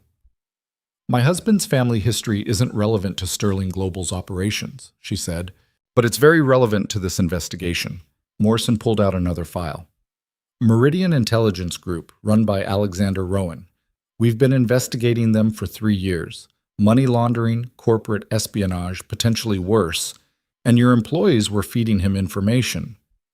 I didn't know that until last week. But your husband did. Morrison's eyes shifted to Caleb. Didn't you, Mr. Rowan? I suspected, Caleb said quietly. Based on the patterns Vivian described, my brother has a specific methodology. And you didn't think to mention this earlier? Maybe when your wife's company was being systematically robbed? I mentioned it to Vivian as soon as I was certain we were building a case. Or you were covering for your brother. My brother, Caleb said, voice going cold, killed my wife. If you think I'm protecting him, you don't know anything about our relationship. That brought Morrison up short. Killed? Made it look like medical complications. But yeah, 4 years ago. I've been running from him ever since. And you married into one of the wealthiest families in New York. I married because Richard Sterling offered protection for my daughter, because hiding in plain sight seemed safer than staying in Brooklyn waiting for Alexander to finish what he started. Morrison studied him for a long moment, then turned to Vivian. You know what this looks like, right? Mechanic with a criminal brother marries a billionaire CEO right before her company gets hit with espionage charges. Looks like a setup. Or, Patricia interjected icily, it looks like a widowed father trying to protect his child, and a CEO dealing with employees who betrayed her trust, neither of which is illegal. Conspiracy to obstruct? You have no evidence my client obstructed anything. She discovered leaks, investigated them, and was preparing to report when you made arrests. If anything, your investigation benefited from her work. Morrison looked between them. Vivian held his gaze, refusing to flinch. You're free to go, he finally said. But don't leave town. We may have more questions. In the car ride back, Vivian was silent, processing. 3 executives arrested, federal investigation, her husband's brother at the center of everything. I'm sorry, Caleb said quietly. For what? Bringing this into your life. Alexander, the investigation, all of it. You were right to be angry in the garage. I should have told you everything from the start. Would it have changed anything? He thought about it. Probably not, but at least you wouldn't have been blindsided. Vivian looked out the window. It was past midnight now, the city still alive with lights and movement. Morrison was wrong. This isn't a setup. I know. But he's not the only one who'll think it. Derek will use this. The board, the investors, they'll all question whether I knew, whether I was involved. Then we prove you weren't. How? Caleb turned to look at her. We expose everything. Alexander's operation, Derek's involvement, the whole network. Burn it all down so thoroughly that no one can question your integrity. That's ambitious. That's necessary. His jaw set. I've been running from my brother for 4 years, hiding, changing names, trying to protect Ella by staying invisible. But maybe that was the wrong strategy. Maybe it's time to fight back. You understand what that means? Going after Alexander directly? Yes. He'll come after you. After Ella. He's already coming after us. At least this way we see him coming. Vivian thought about the last 3 weeks. The marriage, the lies, the careful dance of pretending to be something they weren't. And underneath it all, actual moments of connection. Real conversations, genuine laughter, the slow breakdown of walls she'd built so carefully. Okay, she said, but we do this smart. No more secrets, no more half-truths. You tell me everything about Alexander's operation. Everything. Deal. But you do the same. About Sterling Global, about Derek, about anything that could be used against you. That's a long list. I've got time. When they got back to the penthouse, it was nearly 2 a.m. The nanny, a stern woman named Rosa, who'd appeared 3 weeks ago and somehow made herself indispensable, reported that Ella had gone to bed without fuss. She asked about you, Rosa said to Caleb. Worried. I told her grown-up business, nothing to worry about. Thank you. He disappeared to check on his daughter, leaving Vivian alone with Rosa's knowing look. What? Vivian asked. Nothing, Ms. Hart. But Rosa smiled as she gathered her things. Just nice to see this place feeling like a home. After she left, Vivian stood in the living room looking at the evidence of habitation. Ella's drawings on the fridge, Caleb's coffee mug in the sink, a stuffed elephant on the couch. 3 weeks ago, this would have driven her crazy. Now, the thought of going back to pristine emptiness felt wrong. Caleb emerged from Ella's room, closing the door quietly. She's asleep. Didn't even wake up. Good. They stood there, exhausted and wired at the same time, the events of the day weighing heavy. I should let you sleep, Caleb said finally. Wait. Vivian moved closer. Earlier, on the terrace, I was about to answer your question before Marcus called. About whether the deal changes? Yeah. She took a breath. I don't know if it changes. I don't know what this is or where it's going, but I know that 3 weeks ago I came home to an empty apartment and ate takeout at my desk and told myself I was happy. And now I come home to dinner and card games and a 6-year-old who thinks I need to learn about fun. And you're right, it's not simple anymore. It's messy and complicated and probably a terrible idea. But, Caleb prompted, but I'm tired of simple. Simple is lonely. Simple is eating cold Chinese food at midnight and working myself to death because there's nothing else. She looked at him. So maybe the deal doesn't change officially. Maybe we still file for divorce in 9 months. But until then, can we stop pretending this is just business? The question hung between them for a moment. Then Caleb smiled. A real smile, warm and genuine. Yeah, he said softly. We can stop pretending. He kissed her then, gentle and tentative, like testing unfamiliar territory. Vivienne kissed back, her hands finding his shoulders, his finding her waist. It was nothing like the perfunctory kiss at City Hall. This was real, wanted. When they pulled apart, both slightly breathless, Caleb rested his forehead against hers. This is still a terrible idea, he murmured. Probably. 9 months. Then this ends. Maybe, Vivian said, or maybe not. Let's find out. The next morning brought fresh chaos in the form of Derek Chen calling an emergency board meeting. Vivian got the notification at 6 a.m. while she was making coffee in pajamas, still half asleep from 4 hours of rest. He can't call an emergency meeting, she told Marcus over the phone. He's not on the board. He's citing the morality clause in the company charter, claims your judgment is compromised by the arrests and your relationship with Caleb. My relationship? What? Someone leaked photos from last night. You and Caleb leaving FBI headquarters together. Headlines are calling it a crisis of leadership. Vivian wanted to throw something. Instead, she very calmly set down her coffee. When's the meeting? Noon, corporate headquarters. I'll be there at 11. We're ending this today. Caleb appeared in the kitchen, already dressed. I heard. What do you need? Everything you have on Alexander's operation. Client lists, transaction records, anything that ties him to Derek. That's not enough. Derek will claim he was a victim too, that he didn't know Alexander was dirty. Then what? Caleb pulled out his phone, made a call. Yeah, it's me. I need the Prague files. Everything. He listened for a moment. I don't care if it's risky. Send them now. He hung up, looked at Vivian. I have a friend, someone who worked with Alexander and got out. He's been holding insurance, records of every illegal operation Alexander ran, including Prague. Prague. The thing you threatened that guy with in the garage. Yeah. Alexander brokered an arms deal that violated about 6 international treaties, made $20 million in fees, funneled it through shell companies. The whole thing is documented. He sat down, started pulling up files on his laptop. If we release this, it destroys Alexander. But it also means admitting I was involved, that I helped build the systems that made it possible. Vivian understood what he was offering. His reputation, possibly his freedom, in exchange for taking down his brother. You don't have to do this, she said. Yes, I do, for Ella, so she doesn't spend her life running. He looked up at her. And for you, because Derek's using my family to attack you, and I'm not letting that stand. The files arrived an hour later. Vivian and Marcus went through them with growing horror and grudging admiration. Alexander Rowan was meticulous. Every transaction documented, every client cataloged, every illegal operation recorded with the kind of detail that would make prosecutors weep with joy. This is enough to put him away for 20 years, Marcus breathed. Maybe more. It's also enough to implicate Caleb, Vivian pointed out. His name is on half these systems.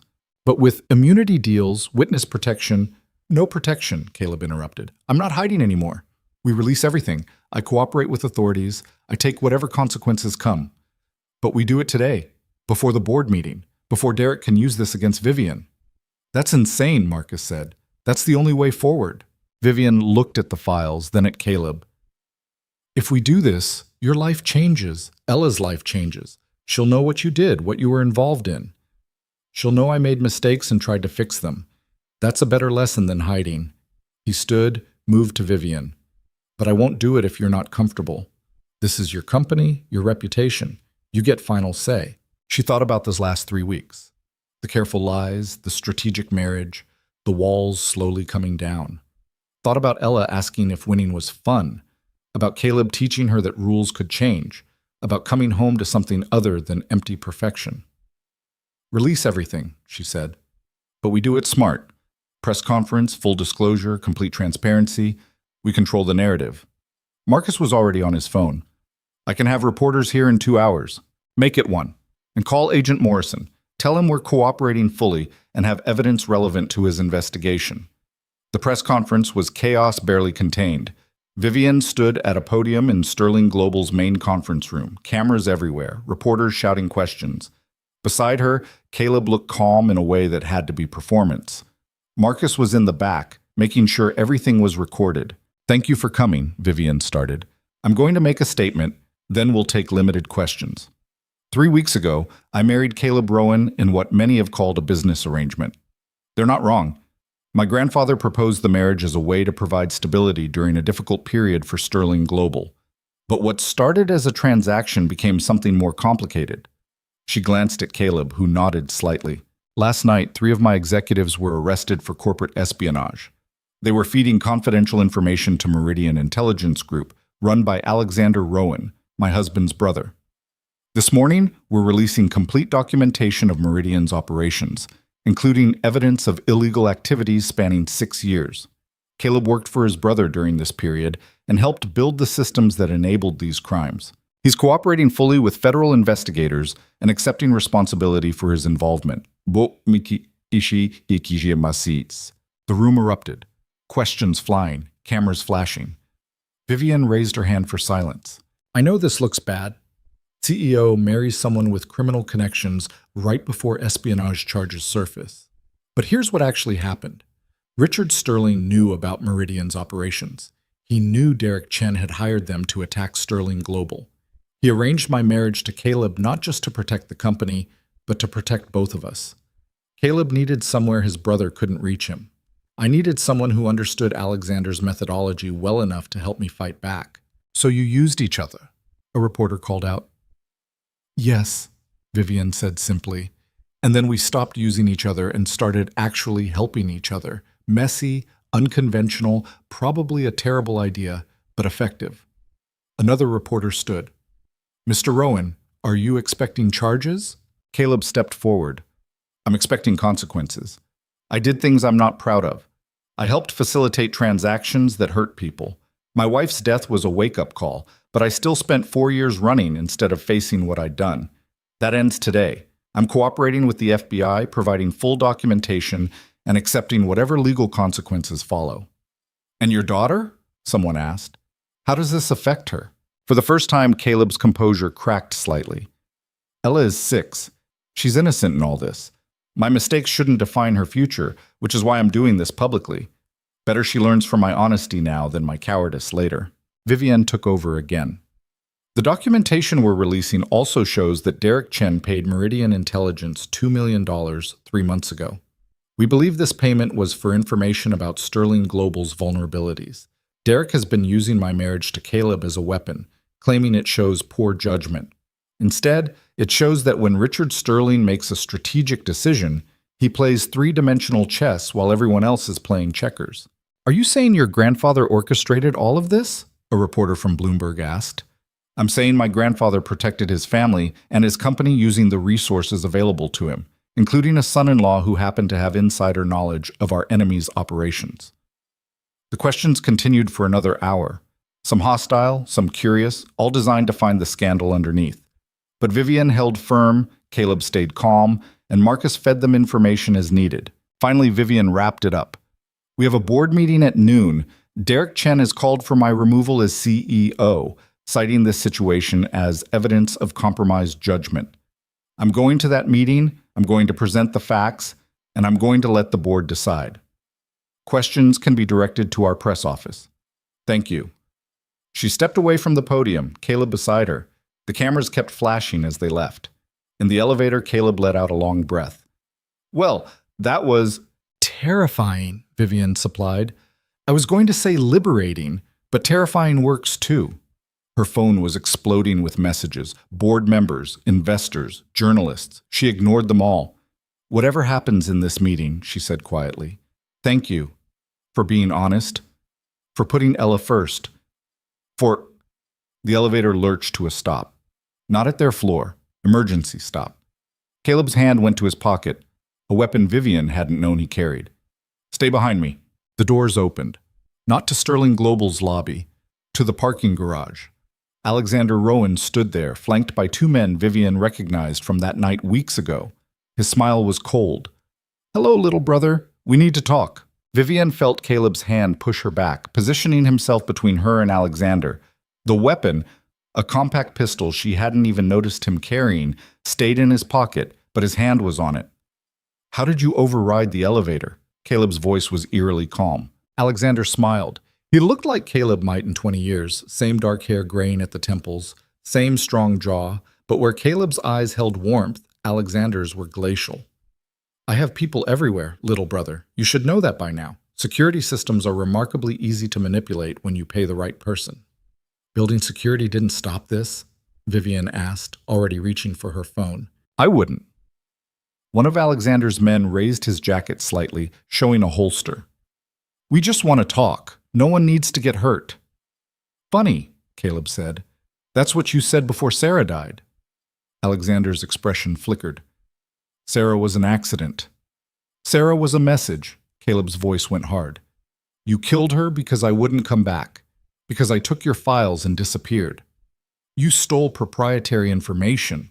I stole evidence of your crimes. There's a difference. Alexander stepped into the elevator, his men flanking the doors. The space suddenly felt very small. You just broadcast those crimes to every news outlet in the country. Do you have any idea what you've done? Ended your operation, destroyed your network, given federal prosecutors enough evidence to put you away for decades. Caleb's hand tightened on the concealed weapon. What did you think would happen? I thought you were smarter than this.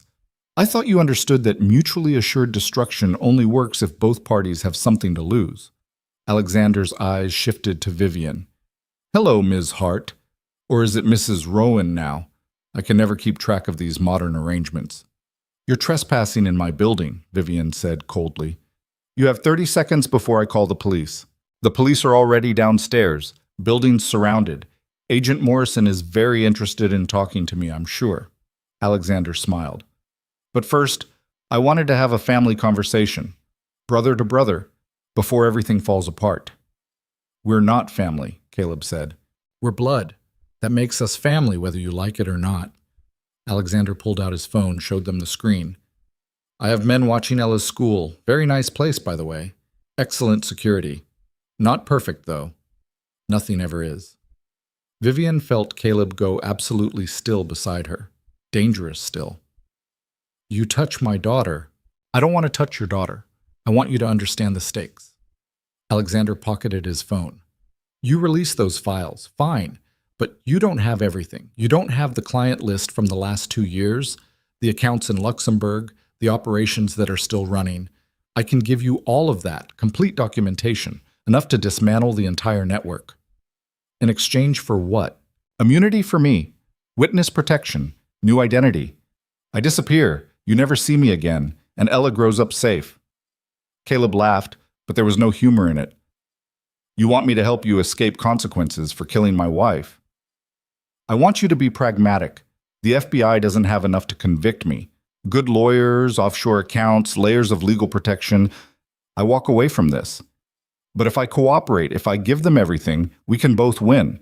You get justice, I get freedom, Ella gets safety. That's not justice. That's you gaming the system again. That's how the system works, Alexander countered. You know that. You built half of it.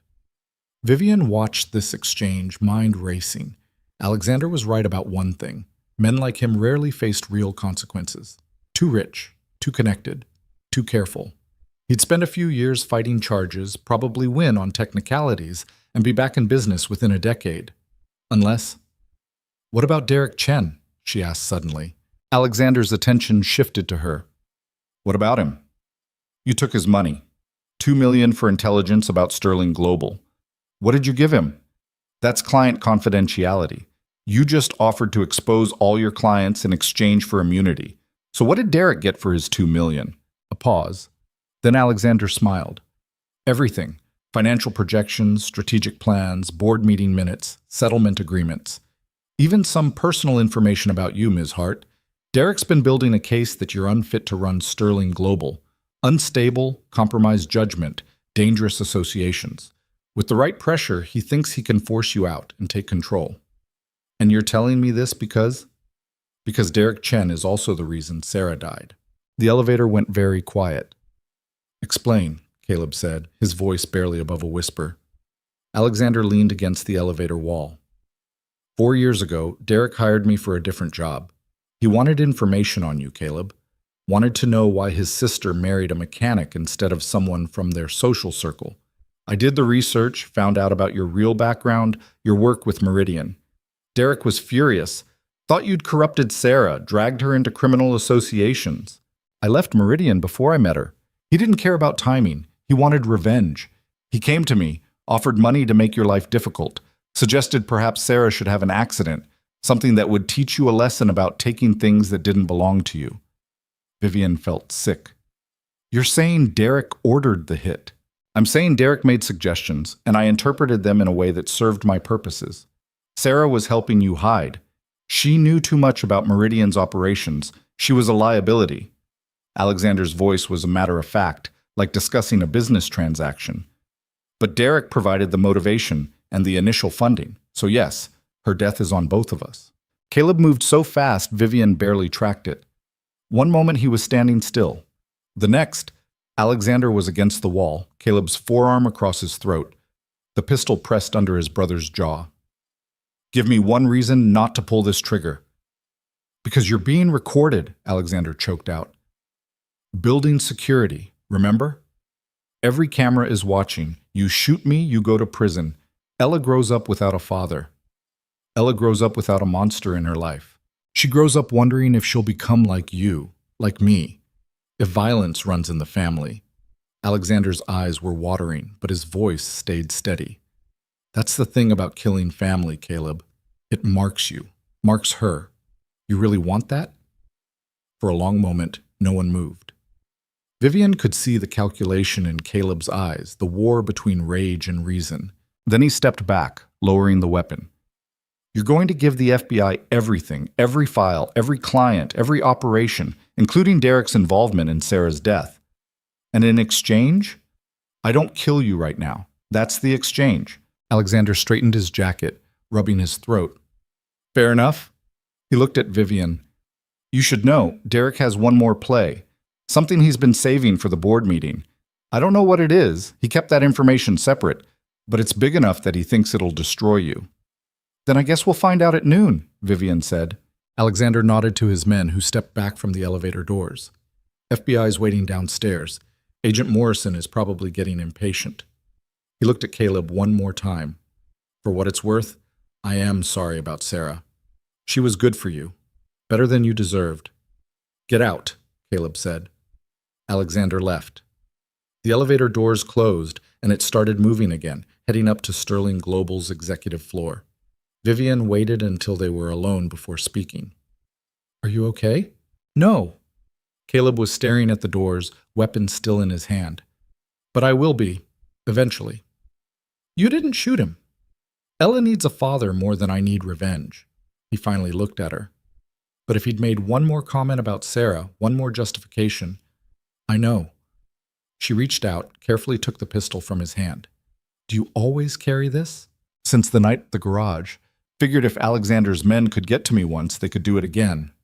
He ran a hand through his hair. I should have told you about the weapon, about... Stop. Vivian's voice was firm. We don't have time for recriminations. We have a board meeting in 45 minutes, and apparently Derek has a nuclear option he's been saving. We need to figure out what it is. The elevator reached their floor. Marcus was waiting, looking frantic. Where the hell were you? The elevator stopped for 8 minutes. Security couldn't override it. He saw their faces. What happened? Alexander Rowan happened, Vivian said. He's downstairs surrendering to the FBI. Long story. Right now we need to figure out what Derek's planning. They moved to Vivian's office, which had been converted into a war room. Laptops everywhere, files spread across every surface, coffee cups multiplying like bacteria. Derek's been planning this for months, Marcus said, pulling up documents. But everything we found is small stuff. Financial irregularities, minor scandals, nothing that would actually force you out. Alexander said it was big enough to destroy me, Vivian said. What could do that? Caleb was thinking. She could see it. Information about your parents' crash. That's the only thing personal enough to really hurt you. The crash was investigated. Pilot error, weather conditions, bad decisions, nothing scandalous. Unless there was something the investigation missed, or something someone covered up. Caleb started typing.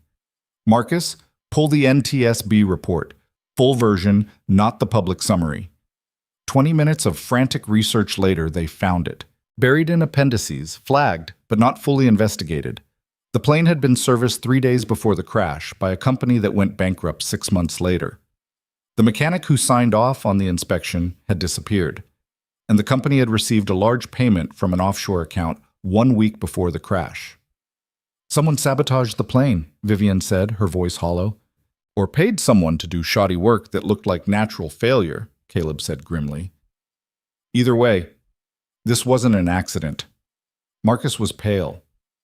If Derek has proof of this, if he can show that someone deliberately caused the crash, then he can suggest Vivian's family has enemies, that she's dangerous to work with, that Sterling Global is compromised. Caleb looked at Vivian. It's not about truth. It's about creating doubt. Vivian felt like the floor had dropped out from under her. 12 years. She'd spent 12 years believing her father made a bad call, that weather and exhaustion and stubbornness killed her parents. But if someone deliberately caused the crash, who? The question came out broken. Who would do this? Someone who wanted Sterling Global weakened, someone who benefited from your father's death.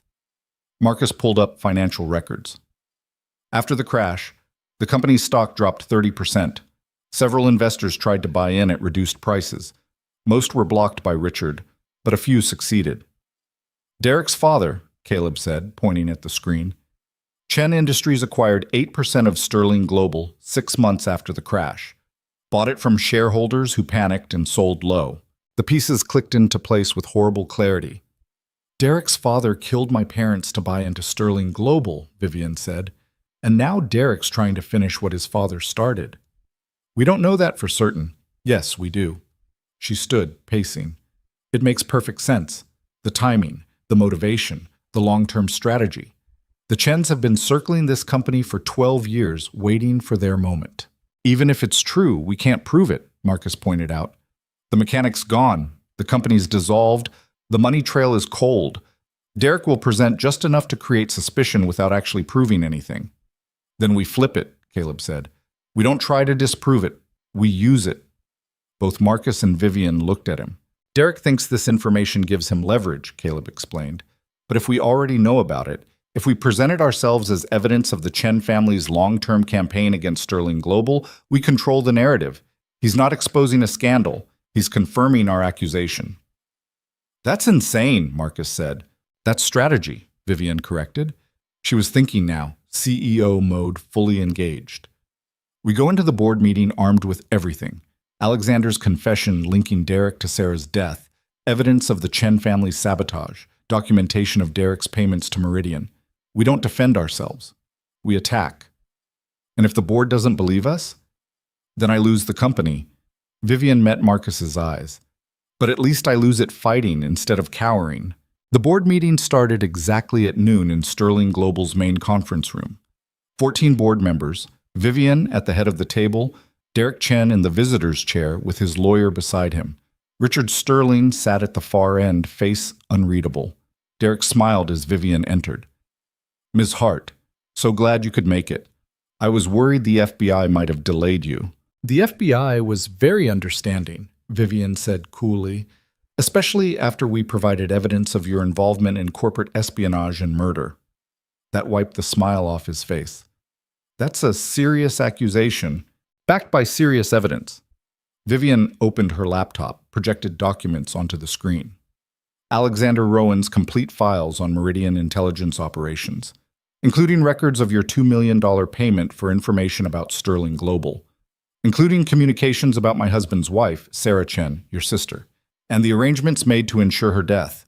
The room erupted, board members talking over each other, Derek's lawyer objecting, someone demanding explanations. Richard Sterling's voice cut through the chaos. Let her continue. Vivian nodded to her grandfather, then pulled up the next document. This is the NTSB report on my parents' plane crash. Appendix D, page 47. Note the irregularities in the maintenance records. The service company that worked on the plane 3 days before the crash received a payment of $500,000 from an offshore account. That account traces back to Chen Industries. Derek was on his feet. This is absurd. Sit down, Mr. Chen, Richard said quietly, or leave. Derek sat, but his face was red with fury. Vivian continued. Your father orchestrated my parents' deaths to weaken Sterling Global and acquire shares at reduced prices. You've spent 12 years building on that foundation, trying to complete his work. You hired Meridian Intelligence to gather intelligence. You recruited my employees as informants. You killed my husband's wife to punish him for leaving your family's sphere of influence. And now you're here, calling for my removal, because you think you can finally take what your father started stealing 12 years ago. You can't prove any of this, Derek spat. These are conspiracy theories. Alexander Rowan is downstairs giving a full confession to the FBI, Caleb said from his seat beside Vivian, including your involvement in Sarah's death, including the offshore payments, including everything. He's a criminal trying to save himself. He's your co-conspirator turning state's evidence, Vivian corrected, and he's very thorough. 20 years of documentation, all being handed over right now. One of the board members, Patricia Wu, who'd been with Sterling Global for 30 years, spoke up. Even if this is all true, Vivian, it doesn't change the concerns about your judgment. You married someone with criminal connections. I married someone my grandfather selected, Vivian interrupted. Someone who had inside knowledge of the very network attacking this company. Someone who helped us identify the traitors in our own ranks and build the case that's currently destroying Derek's operation. That's not poor judgment. That's strategic brilliance. Richard Sterling stood. Every head turned. I arranged Vivian's marriage to Caleb Rowan, he said clearly. I knew about Meridian Intelligence. I knew about Derek's involvement. I knew that putting Caleb inside our family would give us the intelligence advantage we needed. He looked at Derek. What I didn't know, until my granddaughter's investigation revealed it, was the depth of your family's crimes. The murder of my son and daughter-in-law. The systematic attack on everything they built. His voice went cold. You want to call an emergency meeting? Fine, I'm calling a vote. Derek Chen's attempt to acquire Sterling Global shares is hereby blocked. His consulting contracts with this company are terminated, and I'm recommending we file criminal charges for industrial espionage and conspiracy to commit murder. You can't do this, Derek started. I'm the majority shareholder, Richard said. I can do exactly this. All in favor? 13 hands went up. Only Derek's lawyer abstained. Motion passes. Richard sat back down. Get out of my building, Mr. Chen. Security will escort you. Derek stood slowly, his face twisted with rage. This isn't over. You think you've won because you have evidence? I have lawyers. I have resources. I'll drag this company through every court in the country. And you'll lose, Vivian said. Because we have Alexander's testimony, we have documentation, and we have 12 years of your family's crimes all laid out for prosecutors. You're not fighting Sterling Global. You're fighting federal law enforcement. Good luck with that. 2 security guards appeared at the door. Derek looked between them, then at Vivian, then at Richard. You killed her, Caleb said quietly. Everyone turned to look at him. My wife, mother of my daughter. You killed her because I married into your family and then left, because I chose her over your status games. She was weak, Derek said. She chose a criminal over her family. Caleb was moving before anyone could react. He didn't hit Derek. Security grabbed him first, but the intent was clear. Vivian caught his arm, held him back. He's not worth it, she said quietly. Ella needs you. Caleb stopped struggling, but his eyes stayed locked on Derek. If you ever come near my daughter, if you ever even think about her, I will make sure you never see daylight again. That's not a threat, that's a promise. Derek was escorted out. The board meeting continued for another hour, dealing with the aftermath. Official statements to prepare, legal teams to coordinate with, damage control for the stock price. Through it all, Vivian felt oddly detached, like watching someone else run her company. Her parents hadn't died in an accident. They'd been murdered, and she'd spent 12 years blaming her father's stubbornness instead of hunting for the truth. When the meeting finally ended, Richard approached her. You did well, he said quietly. You knew. It wasn't a question. About the Chen family, about the crash. I suspected, could never prove it. The trails were too cold, the evidence too scattered. He looked older suddenly, all 83 years showing. I've spent 12 years trying to protect this company, and you. The marriage to Caleb was my last play. My way of giving you the tools to finish this fight. You could have told me. Would you have believed me? Without evidence? He shook his head. You needed to find it yourself. Needed to understand what we're up against. Vivian wanted to be angry, wanted to rage at him for the manipulation, for the secrets. But looking at his face, she saw only a tired old man who'd lost his son and spent more than a decade trying to avenge him. What happens now? She asked. Now we rebuild. Again. Richard put a hand on her shoulder. You're stronger than your father was, Vivian. Smarter. You won't make his mistakes. I might make different ones. Probably. But you won't make them alone. He glanced at Caleb, who was talking quietly with Marcus. He's good for you. Don't let him go when this year ends. That's not... We haven't discussed... Then discuss it. Richard started toward the door, then paused. Your grandmother was right. Sometimes the best foundations are built on necessity, but they're maintained by choice.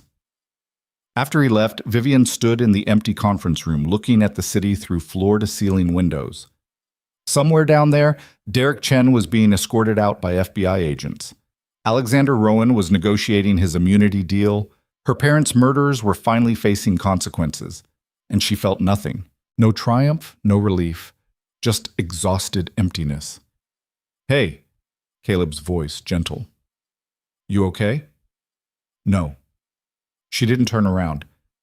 My parents were murdered. I just destroyed a man's life. My entire marriage is based on corporate strategy, and in 9 months, you're leaving. So no, I'm not okay. Who said I'm leaving? That made her turn. The contract says we can divorce after 12 months. Can, not must. He moved closer. I've been thinking about that, about what happens when this year ends.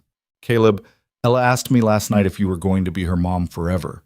Not stepmom, not dad's wife. Mom. His voice was rough. I didn't know how to answer because I don't know what this is, what we are. We're a strategic arrangement, Vivian said automatically. Is that what it felt like last night, when we kissed?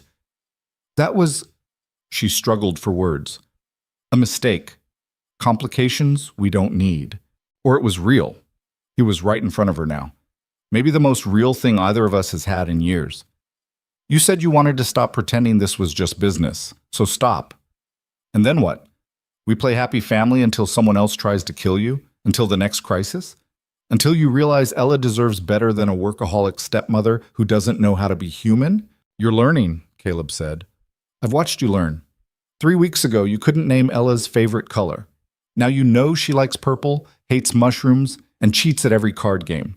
You're not perfect at this. Neither am I. But we're trying. Vivian felt something crack in her chest.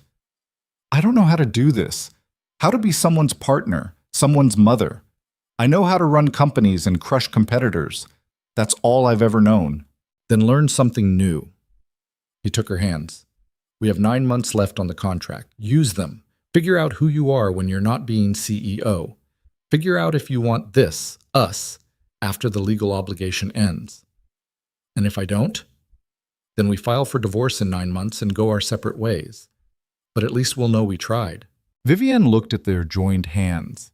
Caleb's were calloused from actual work, scarred from years of mechanical repairs. Hers were soft, manicured, useless for anything except typing and signing contracts. Different worlds, different lives. But maybe that was the point. Okay, she said quietly. 9 months. We try. No more pretending? No more pretending. He kissed her then, soft and careful, like she was something precious instead of sharp edges and calculated moves. When they broke apart, Vivienne rested her forehead against his. I'm going to mess this up, she warned. Probably I'll mess it up too. And Ella's going to have questions. So many questions. She's 6. Questions are her primary form of communication. Despite everything, Vivienne almost smiled. What's her favorite colors? Purple, but specifically lavender purple, not grape purple. Very important distinction. And her favorite food? Besides orange chicken? Probably mac and cheese, the box kind, not the fancy kind. She has strong opinions about processed cheese. Good to know. Vivienne pulled back slightly. I should probably learn these things. If we're going to try, Caleb finished. If we're going to try, her phone buzzed. Marcus with updates on the FBI situation, the press response, the stock price. The world still turning, still demanding her attention. But for the first time in 12 years, Vivienne considered not answering immediately. I need to pick up Ella from school, Caleb said, checking his watch. Want to come? I have a conference call. Vivienne. She looked at him, at the quiet invitation in his eyes, at the chance to choose something other than work for once.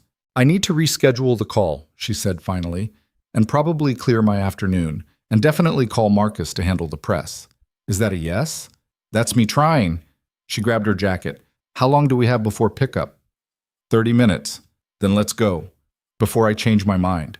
They made it to Ella's school with 2 minutes to spare.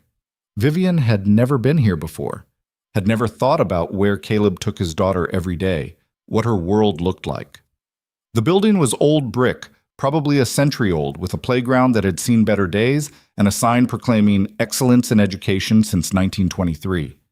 Parents clustered near the entrance, chatting and checking phones. Vivienne felt suddenly out of place in her designer suit and heels. Relax, Caleb said quietly. They're just people. People who know how to be parents. I don't even know what grade she's in. First, Mrs. Patterson's class. Ella loves her except when they do spelling tests. The doors opened and children poured out like water from a broken dam. Loud, chaotic, all talking at once. Vivienne watched Caleb's face light up as he spotted Ella, watched the little girl's face mirror the expression. Then Ella saw Vivienne and stopped dead. You came! She dropped her backpack and ran, throwing herself at Vivienne with enough force to nearly knock her over. Daddy said you were busy, but you came. Vivienne caught her awkwardly, unused to small bodies and enthusiastic hugs. Yes, I came. Did you leave work early? Daddy says you never leave work early. I rescheduled some things. For me? Ella's eyes were enormous. For us, Caleb corrected gently. Vivienne wanted to see your school. It's not very fancy, Ella said seriously. Not like your building, but Mrs. Patterson is really nice and we have a class hamster named Mr. Whiskers. A hamster, Vivienne repeated. Is that better or worse than a dog? Way worse. Hamsters are boring. They just sleep all day. Unlike you, Caleb said, picking up her backpack, who never sleeps. I sleep. I just don't like naps. They walked back to the car like that. Ella chattering about her day, Caleb interjecting occasional comments.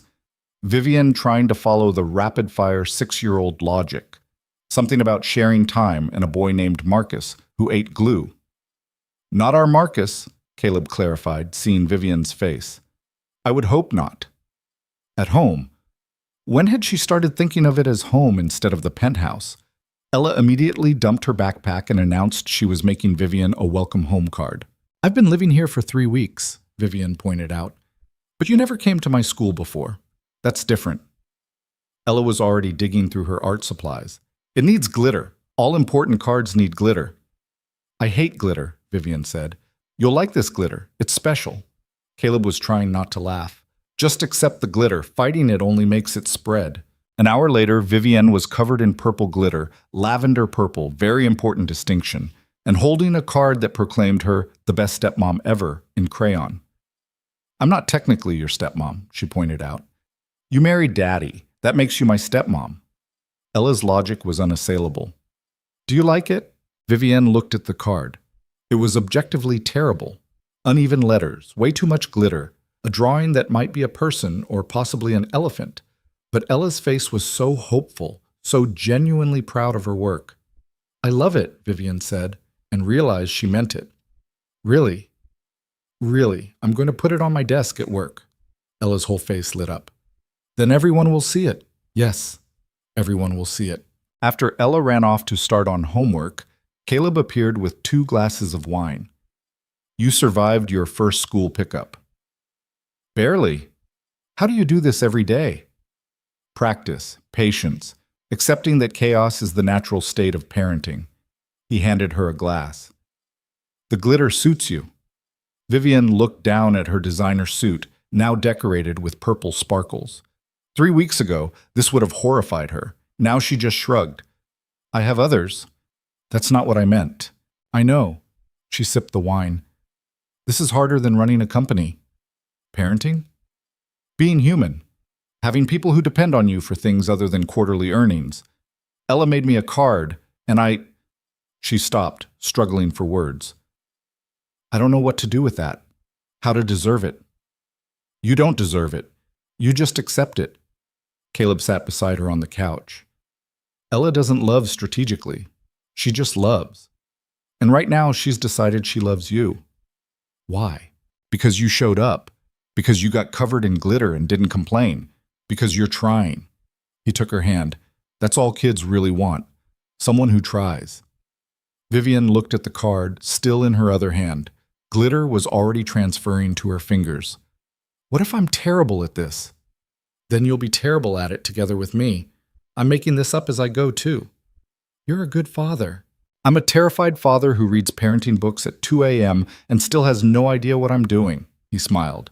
But I show up every day. That's the secret. There is no secret. You just keep showing up. From the kitchen, Ella called out, Daddy, I need help with math. See? Caleb stood. Showing up. Come on, you can help. I don't remember first grade math. It's addition. You have an MBA. You'll figure it out. 20 minutes later, Vivienne was explaining addition using chocolate chips again. Ella was carefully eating the teaching materials again, and Caleb was making dinner while half watching to make sure they didn't derail completely.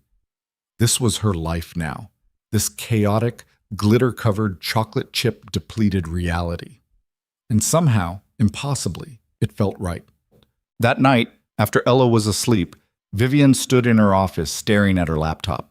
Emails from the board, updates from Marcus, press requests, investor calls. The normal chaos of running Sterling Global.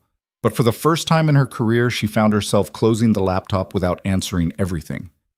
You're learning, Caleb said from the doorway. Learning what? That the world doesn't end if you take a night off. The Singapore deal still needs, Marcus can handle it. Or it can wait until tomorrow. Or radical thought, it can wait until you've had a full night's sleep. Vivienne turned to face him.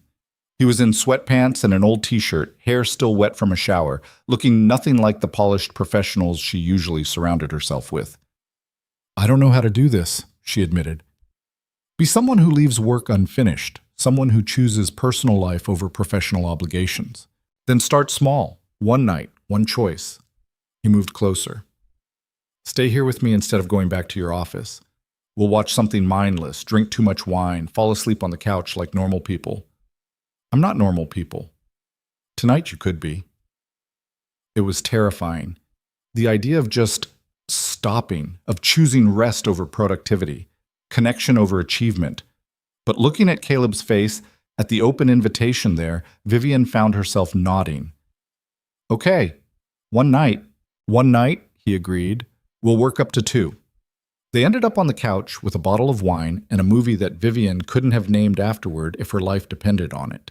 She was too aware of Caleb beside her, his arm around her shoulders, the quiet rhythm of his breathing. Somewhere between the second glass of wine and whatever happened in the movie's third act, she realized she was happy. Not satisfied from closing a deal, not triumphant from crushing a competitor, actually genuinely happy. "What?" Caleb asked, noticing her expression. "Nothing, just, this is nice." Revolutionary concept, relaxation. "Shut up," he kissed her temple. "Make me." So she did. Turned, kissed him properly, tasted wine and possibility and choice. When they broke apart, both slightly breathless, Caleb smiled. "Much better than shutting up." "I'm still bad at this," Vivian warned. "Good. I'd hate for you to be perfect at everything."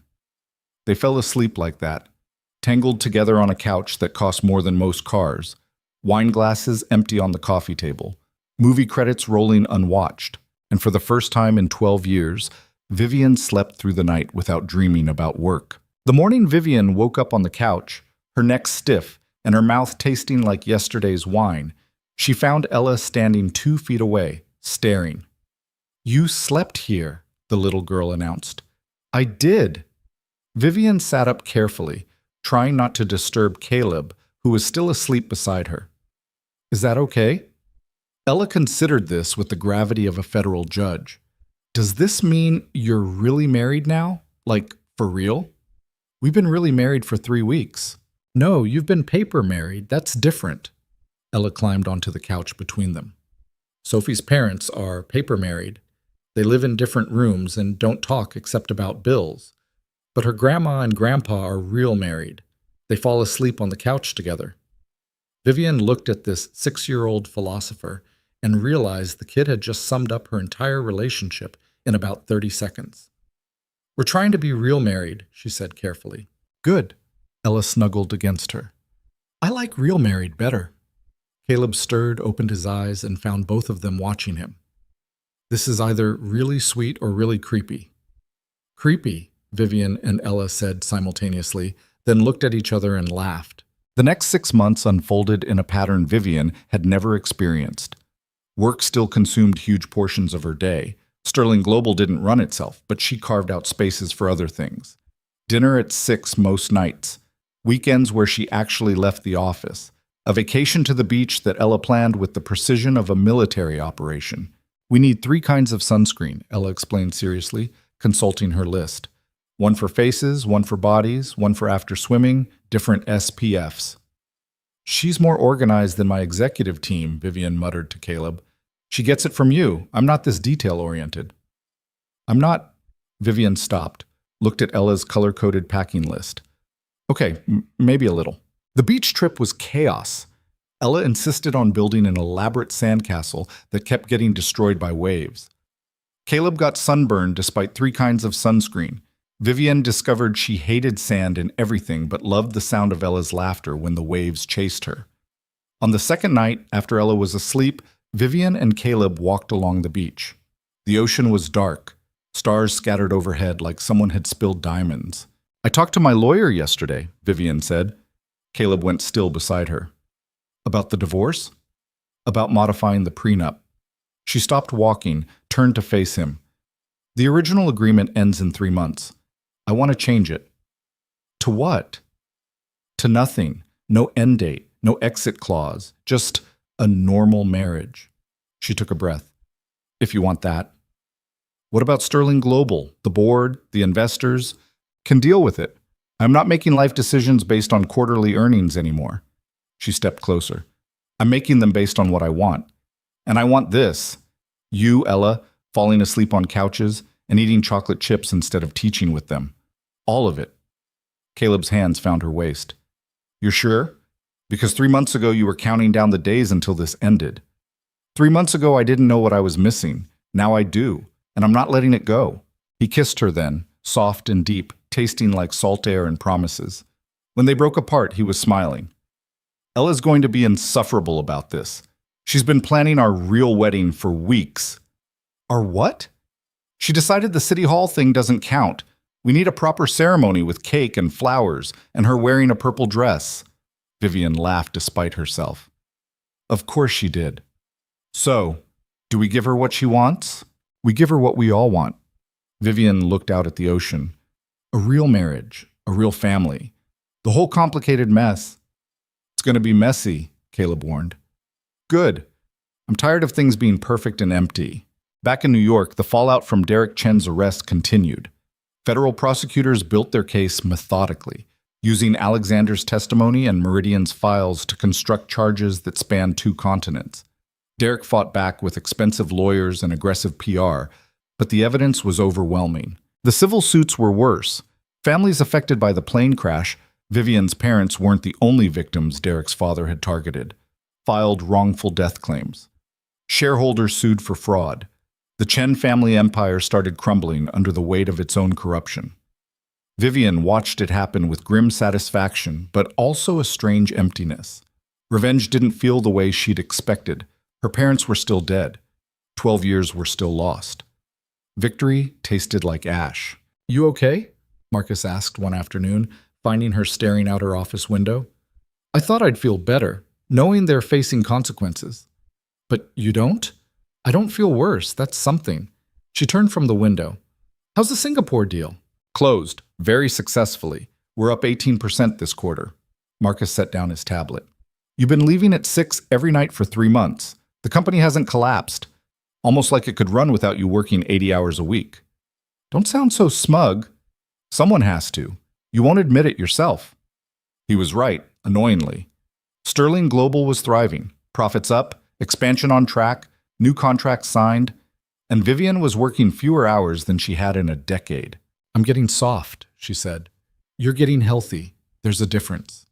Marcus headed for the door, then paused. For what it's worth, your parents would be proud. Not just of the company, of you, of the life you're building. After he left, Vivian sat with that thought. Her parents had died chasing success, working themselves to exhaustion. She'd spent 12 years following the same path, but somewhere in the last 6 months, she'd stepped off that treadmill, and the world hadn't ended.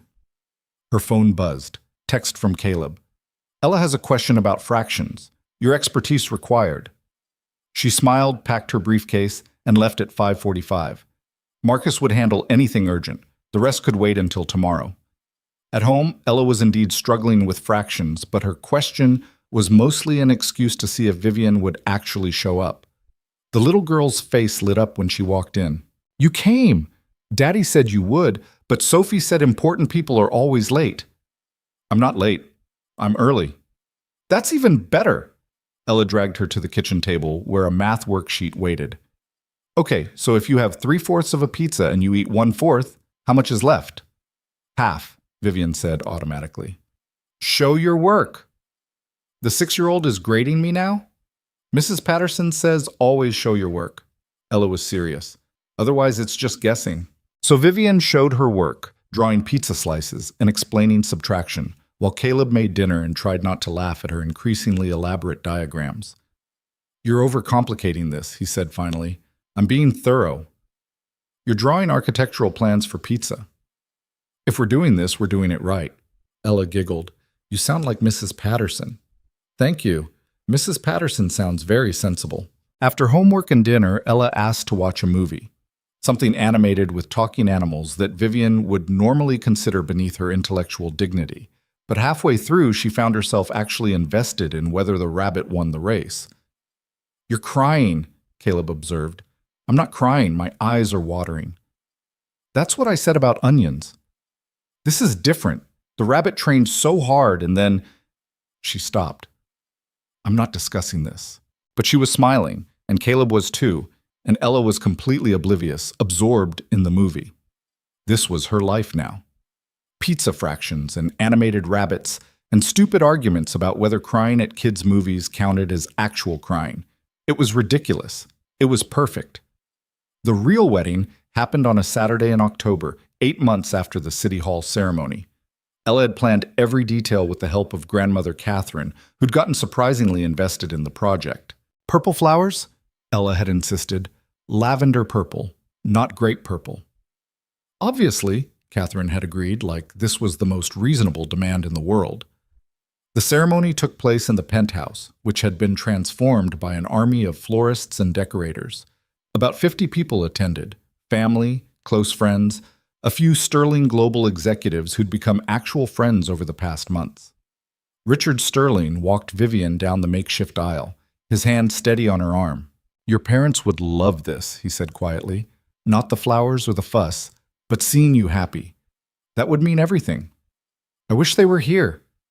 "They are. In you. In everything you've built." He kissed her cheek. "Go get married. For real this time." Caleb waited at the end of the aisle wearing a tuxedo that fit perfectly because Vivian had insisted on proper tailoring. Ella stood beside him in lavender purple, holding a basket of flower petals she was supposed to scatter but kept clutching protectively. The ceremony was short.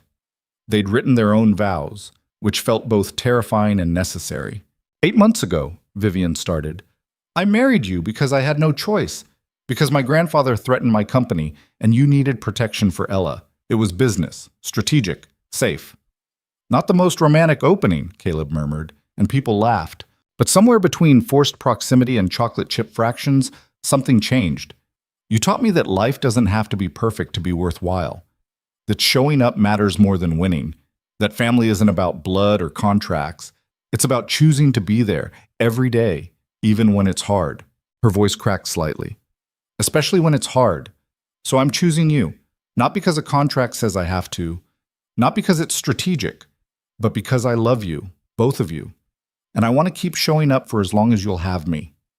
Ella whispered loudly, "That's really good." "Your turn," Vivian told Caleb. He took her hands.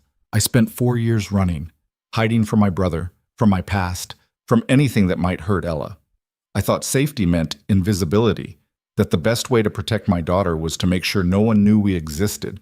Then I married you, and everything I thought I knew about safety changed, because you don't hide, you fight. You take on enemies twice your size and you win. And you taught me that maybe the best way to protect Ella isn't to run. It's to stand my ground with someone who refuses to back down." He smiled.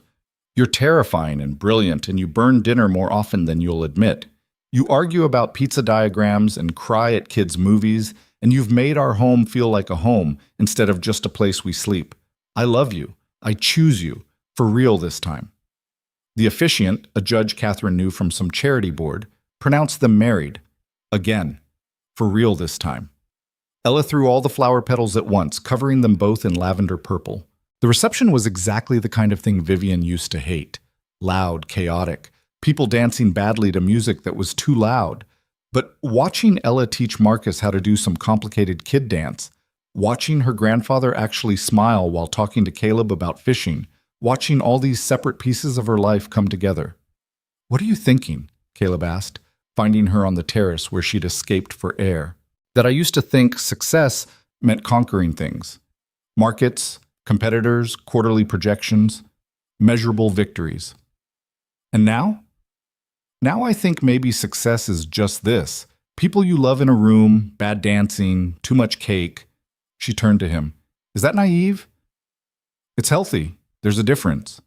They stood there for a moment, watching the city lights. Then Caleb pulled out his phone, showed her a message. "Alexander's sentencing is next week. Prosecutors are recommending 25 years. Derek's trial starts in January. How do you feel about it?" Relieved, sad, angry, all of it at once.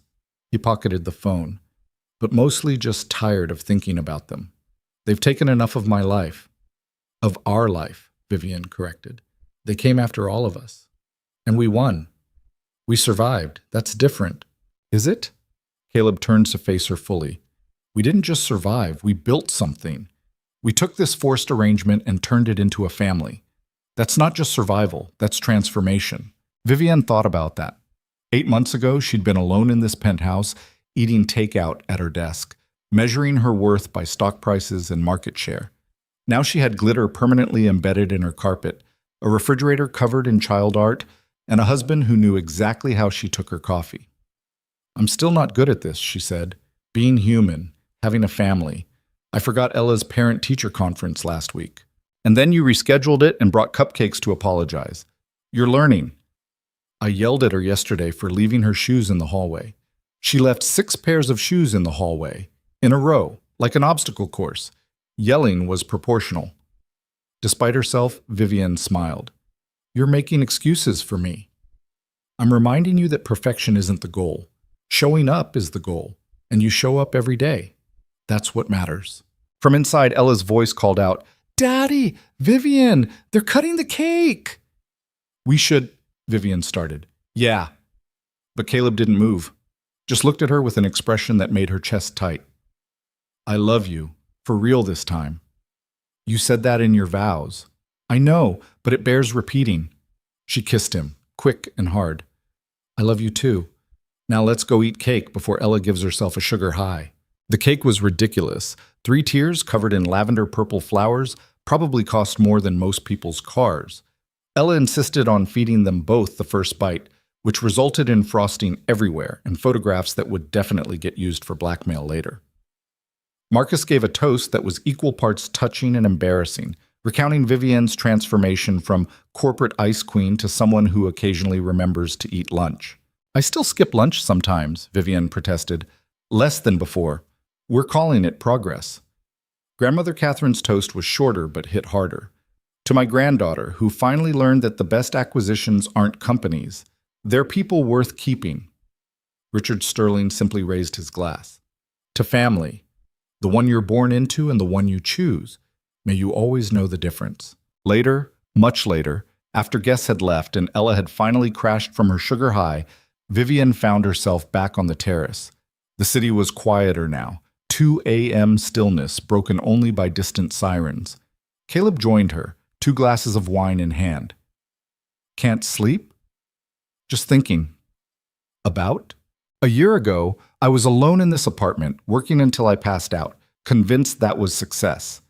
Now I have a husband, a daughter, and a refrigerator full of questionable kid art. She took the wine. I don't know if I'm better at my job, but I'm better at being alive. Those aren't mutually exclusive. They felt like it. For a long time, she sipped the wine. My parents died because they chose work over safety. I was doing the same thing, just slower. And now? Now I choose differently. Most days. She looked at him. Some days I still want to work until midnight, want to crush every competitor and dominate every market. So do that, just not every day, and not alone. Vivienne leaned against him. When does the contract officially expire? 3 weeks. Why? Because I want to burn it, ceremonially, maybe with Ella's help. She loves crafts. Caleb laughed. You want to have a contract burning ceremony? I want to acknowledge that this stopped being a contract about 6 months ago. It's real now. We're real. We've been real, Caleb said. But yeah, let's burn some papers. Ella will love it. 3 weeks later, they stood in the penthouse fireplace, ridiculous luxury feature that Vivienne had never actually used, with Ella holding a long lighter like a torch. Are you sure we should let her do this? Vivienne asked nervously. She's 6, not incompetent. Caleb handed Ella the prenuptial agreement. Okay, kiddo, light it up. Ella, with great ceremony, set fire to the corner of the contract. They dropped it in the fireplace and watched it burn, lavender purple flames from whatever chemical treatment the paper had received. What does this mean? Ella asked, watching the ashes. It means we're a real family now, Vivienne said. No papers, no rules, no end date. Just us. We were already a real family, Ella pointed out. The paper was just being slow about it. Out of the mouths of children, Vivienne thought. The 6-year-old had understood what she'd taken 8 months to figure out. The next morning brought news that Derek Chen had accepted a plea bargain. 20 years for conspiracy, fraud, and an accessory to murder. He'd serve at least 15 before parole consideration. It's not enough, Vivienne said, reading the headlines. It never is, Caleb agreed. But it's something. He killed your wife. My parents. He should what? Suffer more? Die in prison? Would that actually make you feel better? Vivienne thought about it. Really thought. No, I don't think anything would make me feel better about my parents being gone. But knowing he can't hurt anyone else, that helps. Then we take the win. imperfect as it is. Alexander's sentencing came 2 days later. 27 years, no parole for at least 20. The judge cited callous disregard for human life and systematic exploitation of vulnerable parties. Alexander showed no emotion as sentence was read. Caleb watched the sentencing via video feed, Vivian beside him. When it was over, he sat very still for a long moment. "You okay?" she asked. "He's my brother. I should feel something." "You do feel something. You just don't know what to do with it." "I'm relieved and sad and angry that I'm sad because he doesn't deserve it." Caleb rubbed his face. "How do you reconcile loving someone and hating what they became? You accept that people are complicated, that family doesn't mean unconditional forgiveness, and that it's okay to grieve the brother you thought you had while being glad the monster he became is locked away." Caleb looked at her. "When did you get so wise about family?" "About 8 months ago, when I accidentally acquired one." That night, they told Ella about the sentencing. Caleb had debated whether a 6-year-old needed to know, but Vivian argued that honesty mattered more than protection. "Your Uncle Alexander did bad things," Caleb explained carefully. "He hurt people. Now he's going to jail for a very long time." Ella processed this with her usual seriousness. "Does that mean the bad men won't come anymore?" "That's right. No more bad men." "Good." She went back to coloring, then without looking up, "Is he why Mommy died?" Caleb's breath caught. Vivian reached over, squeezed his hand. "Yes," he said quietly. "He is." "Then I'm glad he's in jail." Ella kept coloring, purple crayon moving across paper. "Do you miss him?" "I miss who I thought he was, before I knew about the bad things." "That's sad." "Yeah, it is. But you have us now, me and Vivian. We're not sad." Caleb pulled her into a hug. "No, you're definitely not sad." The months that followed settled into a rhythm that felt almost normal. Sterling Global continued thriving under Vivian's leadership, but she delegated more, trusted her team, stopped treating every decision like a crisis. Marcus got promoted to COO, which he accepted with his usual sarcasm and secret pride. Ella started second grade with Mrs. Chen, no relation to Derek, thankfully, and discovered a love of science that resulted in increasingly complicated experiments taking over the kitchen. "Is this supposed to smell like that?" Vivian asked, examining a beaker of something purple and bubbling. "It's a chemical reaction," Ella explained. "We're making a volcano." "In my kitchen?" "In our kitchen," Caleb corrected. "And yes, it's supposed to smell like that. Probably." The volcano exploded spectacularly, covering all 3 of them in purple foam. Vivian should have been angry, should have worried about the marble counters or the custom cabinets. Instead, she found herself laughing, actually laughing, while Ella danced around proclaiming her scientific genius. "We're never getting this out of the grout," Caleb said, surveying the damage. "Good. It'll remind us that some things matter more than perfect kitchens. Who are you and what did you do with my wife?" "Your wife learned that purple foam washes off, but memories don't. Let the kid have her volcano." 6 months after the wedding, Vivian got a call from a reporter writing a business profile.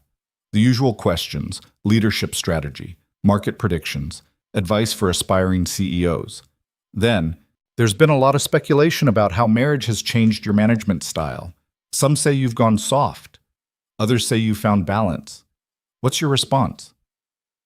Vivian thought about the question, thought about the woman she'd been a year ago, working 80-hour weeks and eating cold takeout at her desk. Thought about who she was now, still driven, still competitive, but no longer willing to sacrifice everything for market share. "I haven't gone soft," she said finally. "I've gotten smarter. I used to think success meant never stopping, never resting, never admitting you couldn't do everything alone. I was wrong. Real success is building something sustainable, a company that runs well enough that the CEO can leave at 6, a life that includes more than just work, people who matter more than profit margins." "And your husband? Does he work?" "He's a consultant now, financial systems, security protocols, very good at what he does." It was true. Caleb had started his own consulting firm, using his expertise ethically for once. But mostly, he's a father and a partner, and those are the jobs that matter most.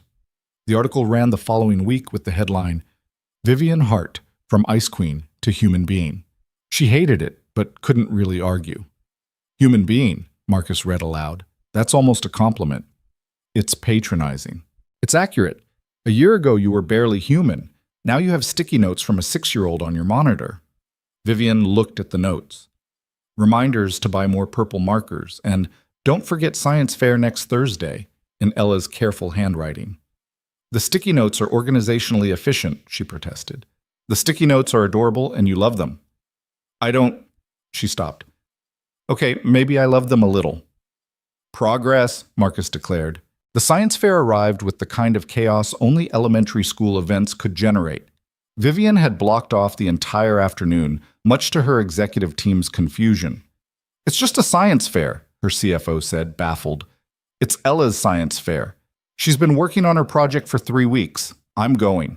Ella's project was a working model of the solar system, complete with lights and motorized planets.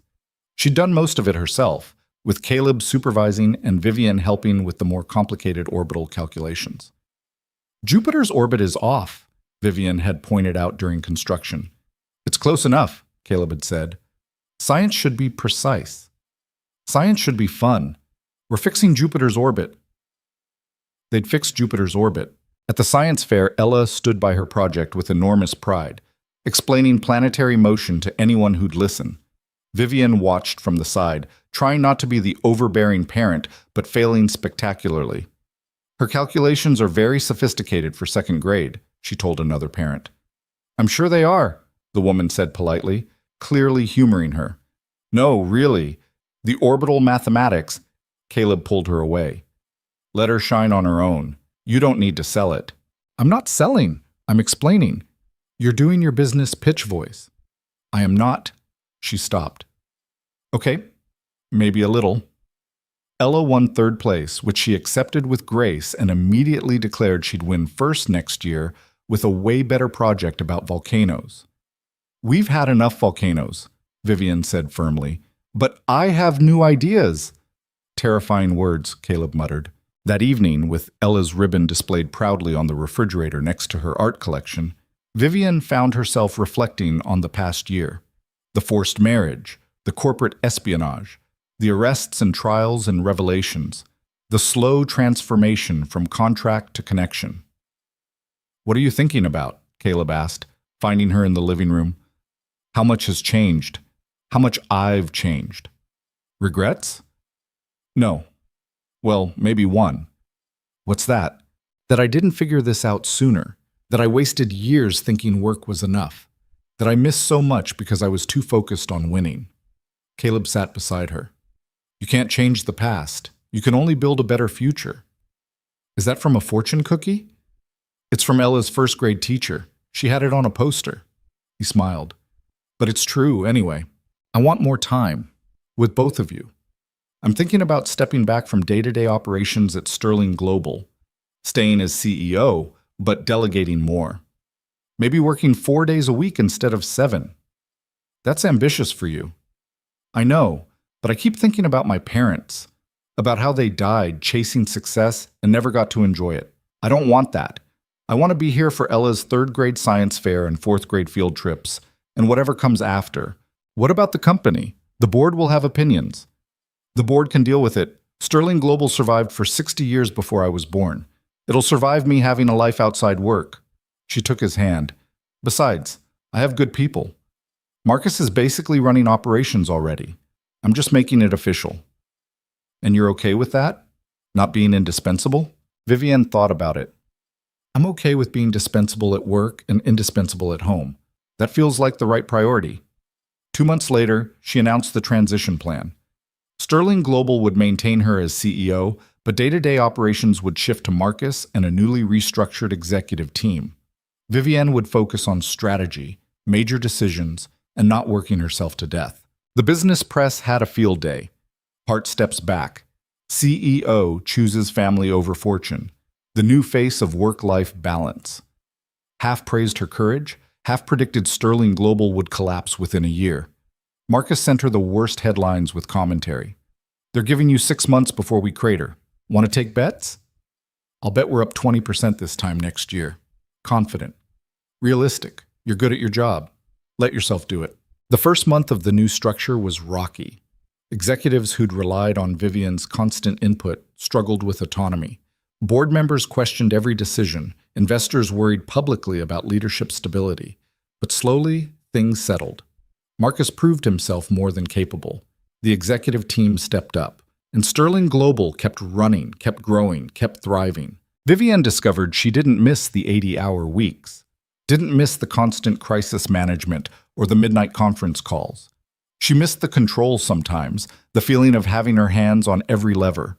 But then Ella would ask for help with homework, or Caleb would need her opinion on a consulting project, or she'd realize she'd gone 3 whole days without checking email after 7 p.m., and the missing control felt worth it. 6 months into the new structure, Sterling Global posted record profits. The stock was up 23%. Every analyst who'd predicted disaster had to eat their words. "I told you so is beneath me," Vivian told Marcus, "but you're thinking it very loudly." "I'm thinking it at a reasonable volume." That evening, she came home to find Caleb and Ella making dinner, something complicated involving pasta and vegetables and probably too much cheese.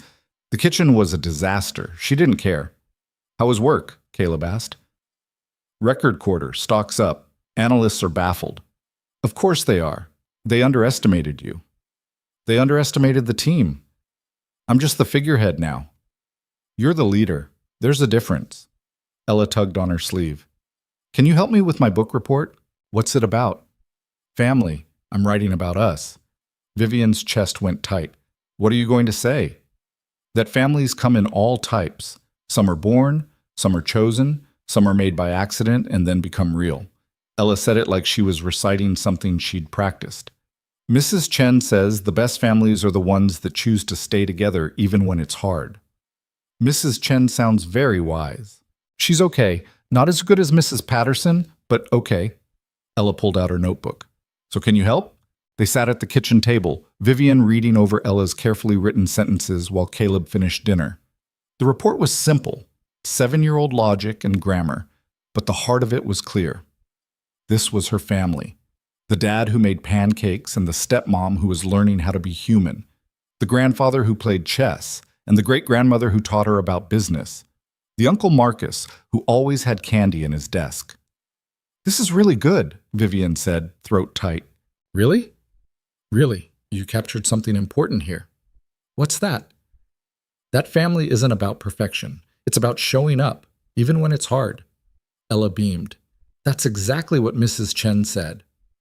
After dinner, after homework, after Ella's bath and story time, and the complicated ritual of putting a 7-year-old to bed, Vivian found herself on the terrace again. The city stretched out below, millions of lives intersecting in ways they'd never fully understand. A year and a half ago, she'd stood here alone, watching the same city, feeling nothing but ambition and emptiness. Now the view looked different. Same buildings, same lights, but filtered through the lens of everything she'd gained. Caleb joined her, as he always did. It had become their routine, late-night conversations on the terrace, processing the day, making plans, just being together. "Ella's report made me tear up," Vivian admitted. "Me too. She's got a way with words. She gets that from you. She gets it from all of us. You, me, your grandparents, even Marcus." He leaned against the railing. "She's building her own identity from the people who love her.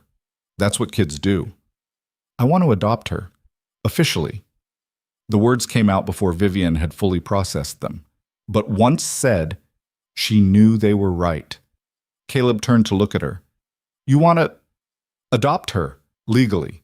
Be her mother, not just her stepmother, if that's okay, if you both want that." "Vivian, I know it's complicated. There's Sarah to consider, and Ella's feelings, and 1,000 legal things. But I love her. I love both of you. And I want it to be official. I want the world to know she's mine." Caleb's eyes were bright. "Ask her, tomorrow. See what she says. And if she says no, then we respect that. But I don't think she'll say no."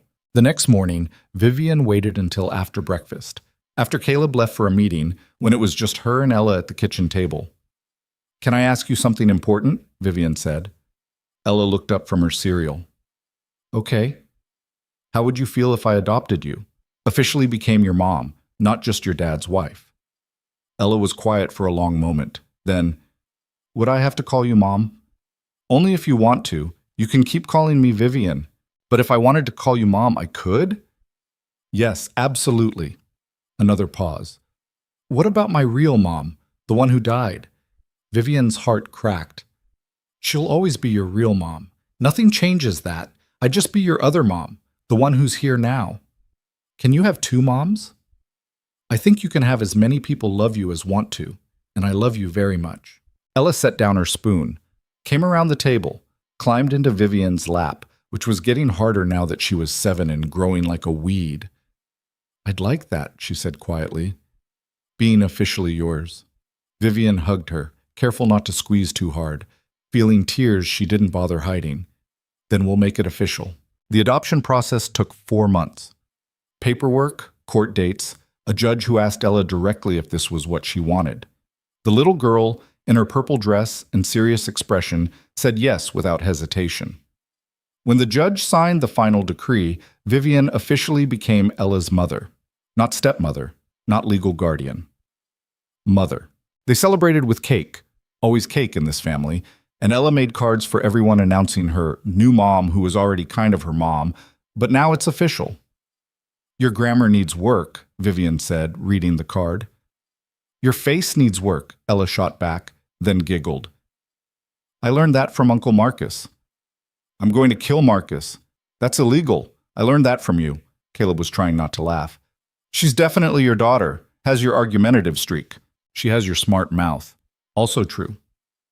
That night, after Ella was asleep, Vivian updated her emergency contacts, added Ella as daughter, changed her beneficiaries, made it official in every small bureaucratic way.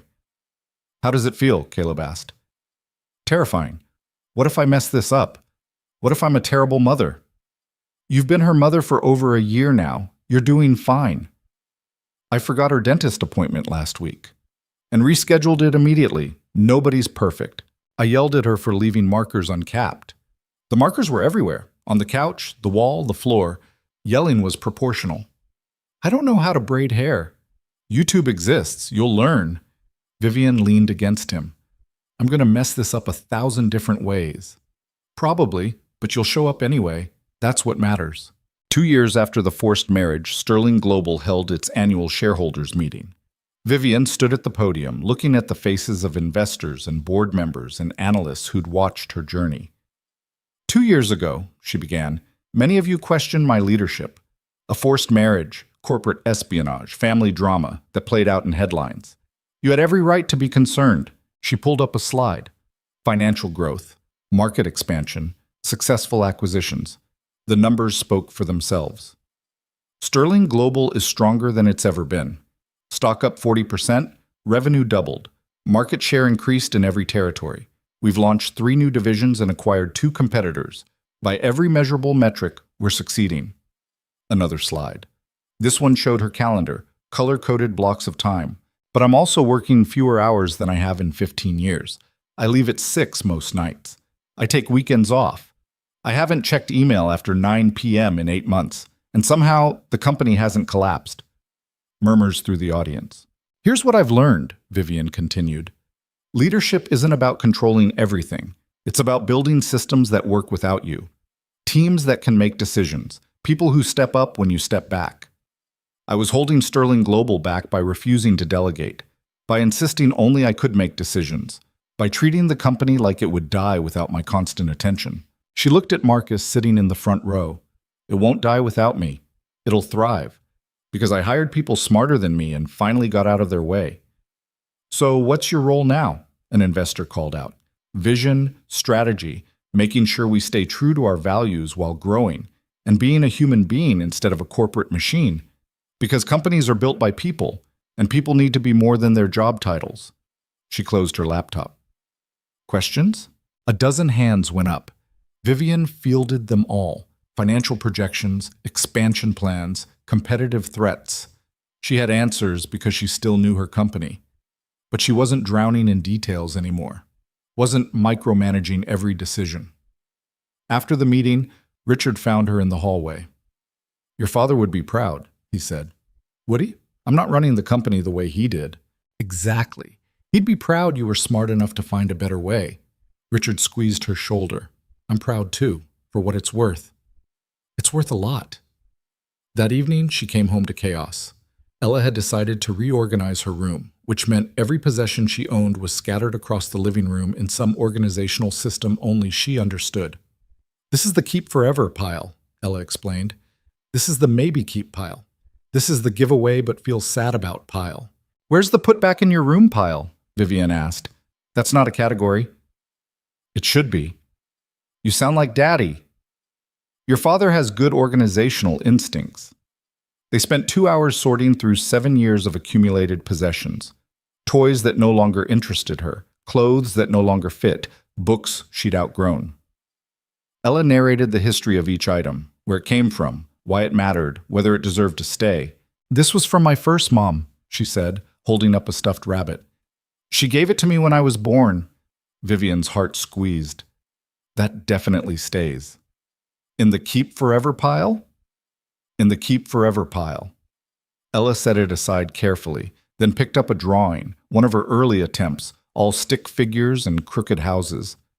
This is from when we first moved here. I drew our family, see? Daddy, me, you, Mr. Snuffles. I remember.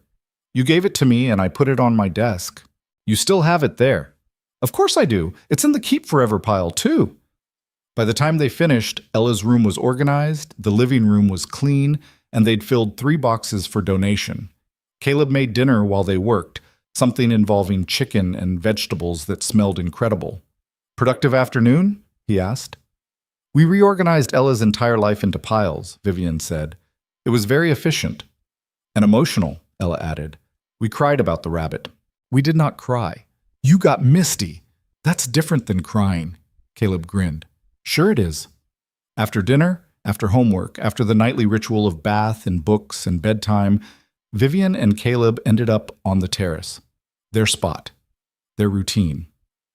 I've been thinking, Vivian said, dangerous words, about expanding the family. Caleb went very still. As in maybe Ella shouldn't be an only child. Maybe we should consider… She stopped. I know it's complicated. I'm 43, you're 34, we're both busy, and there's no guarantee it would even work. But I keep thinking about it, about giving Ella a sibling, about having a baby that's ours from the start. You want a baby. I want our baby, if that's possible, if you want that too. Caleb pulled her close. I want that. I've wanted that for months but didn't know how to ask. So we try? We try. It took 8 months. 8 months of hoping and disappointment and medical consultations, and the terrifying reminder that bodies don't always cooperate with plans. Vivian approached it like a business project at first, tracking cycles, scheduling optimally, treating it like another goal to achieve. You're making spreadsheets about this, Caleb said, finding her at her laptop. Spreadsheets are organizationally efficient. Spreadsheets are killing the romance. There's nothing romantic about timing intercourse to maximize conception probability. Please stop calling it that. What should I call it? Literally anything else. They fought about the pressure, the planning, the way Vivian turned everything into a project, then fought about fighting about it, then had makeup sex that was significantly better than optimally timed conception efforts. 2 weeks later, the test was positive. Vivian stared at it for a full minute, not quite believing. Caleb found her sitting on the bathroom floor, still staring. Is that positive? It's positive. He sat beside her. How do you feel? Terrified. Excited. Nauseated, but that might be early symptoms or panic. She looked at him. We're having a baby. We're having a baby, he repeated, like testing the words. They sat there on this bathroom floor, holding each other, processing this new reality. Then Ella knocked on the door. Why are you sitting on the floor? Did someone get sick? Vivian and Caleb looked at each other. They'd planned to wait, to make sure everything was progressing normally before telling her. But looking at Ella's curious face, Vivian couldn't hold it in. We have news, she said. You're going to be a big sister. Ella's eyes went huge. Really? Really. The little girl screamed. actually screamed with joy, then launched herself at both of them, talking so fast her words jumbled together about baby names and sharing her room and teaching the baby about elephants. The pregnancy was harder than Vivian expected, morning sickness that lasted all day, exhaustion that made thinking difficult, a body that no longer followed her commands. She'd built a career on control, and pregnancy was the opposite of control. "I hate this," she told Caleb at week 12 after throwing up for the third time that morning. "I know. Everyone says it gets better. It's not better." "It will be. Eventually. You're placating me. I'm supporting you." By week 16, the nausea finally eased. By week 20, she could feel the baby moving. By week 24, she'd grudgingly admitted that maybe this was worth it. Ella was obsessed with the pregnancy, talked to Vivian's stomach constantly, read the baby books, attended every ultrasound appointment. When they found out they were having a boy, Ella immediately started planning. "We need to teach him about science and elephants and how to cheat at card games." "We're not teaching him to cheat," Vivian said. "Daddy taught me." "Daddy's methods are questionable, but effective," Caleb said, not helping. Sterling Global adapted to Vivian's pregnancy. She worked from home more, delegated even more than before, trusted her team to handle things she would have insisted on managing personally 2 years ago. The company continued thriving. Turned out she really wasn't indispensable. "How does it feel?" Marcus asked during a video call. "Realizing we don't actually need you." Liberating and slightly insulting. Can it be both? Definitely both. At 38 weeks, Vivian was done. Huge, uncomfortable, unable to sleep, and convinced she'd be pregnant forever. "Women do this multiple times on purpose?" she asked Caleb. "Some do. They're insane. This is insane. I'm never doing this again." "Okay. I mean it. One biological child. That's it." "I believe you. You're placating me again." "Little bit." Labor started at 2 a.m. on a Tuesday. Vivian's water broke while she was checking email, because of course it did, and suddenly everything was chaos. Caleb grabbing the hospital bag, Vivian trying to remember breathing techniques, Ella waking up confused and excited. "The baby's coming," Ella announced to Rosa, who'd arrived to stay with her. "I see that, Pequeña. Let your parents go." 14 hours later, 14 hours of pain and exhaustion and Caleb being annoyingly supportive, James Alexander Rowan entered the world screaming his displeasure at leaving the comfort of the womb. "He's perfect," Caleb said, tears streaming down his face. "He's wrinkly and weird-looking," Vivian said, also crying. "But yeah, he's perfect." They'd chosen the names carefully. James for the father Vivian barely remembered but loved anyway.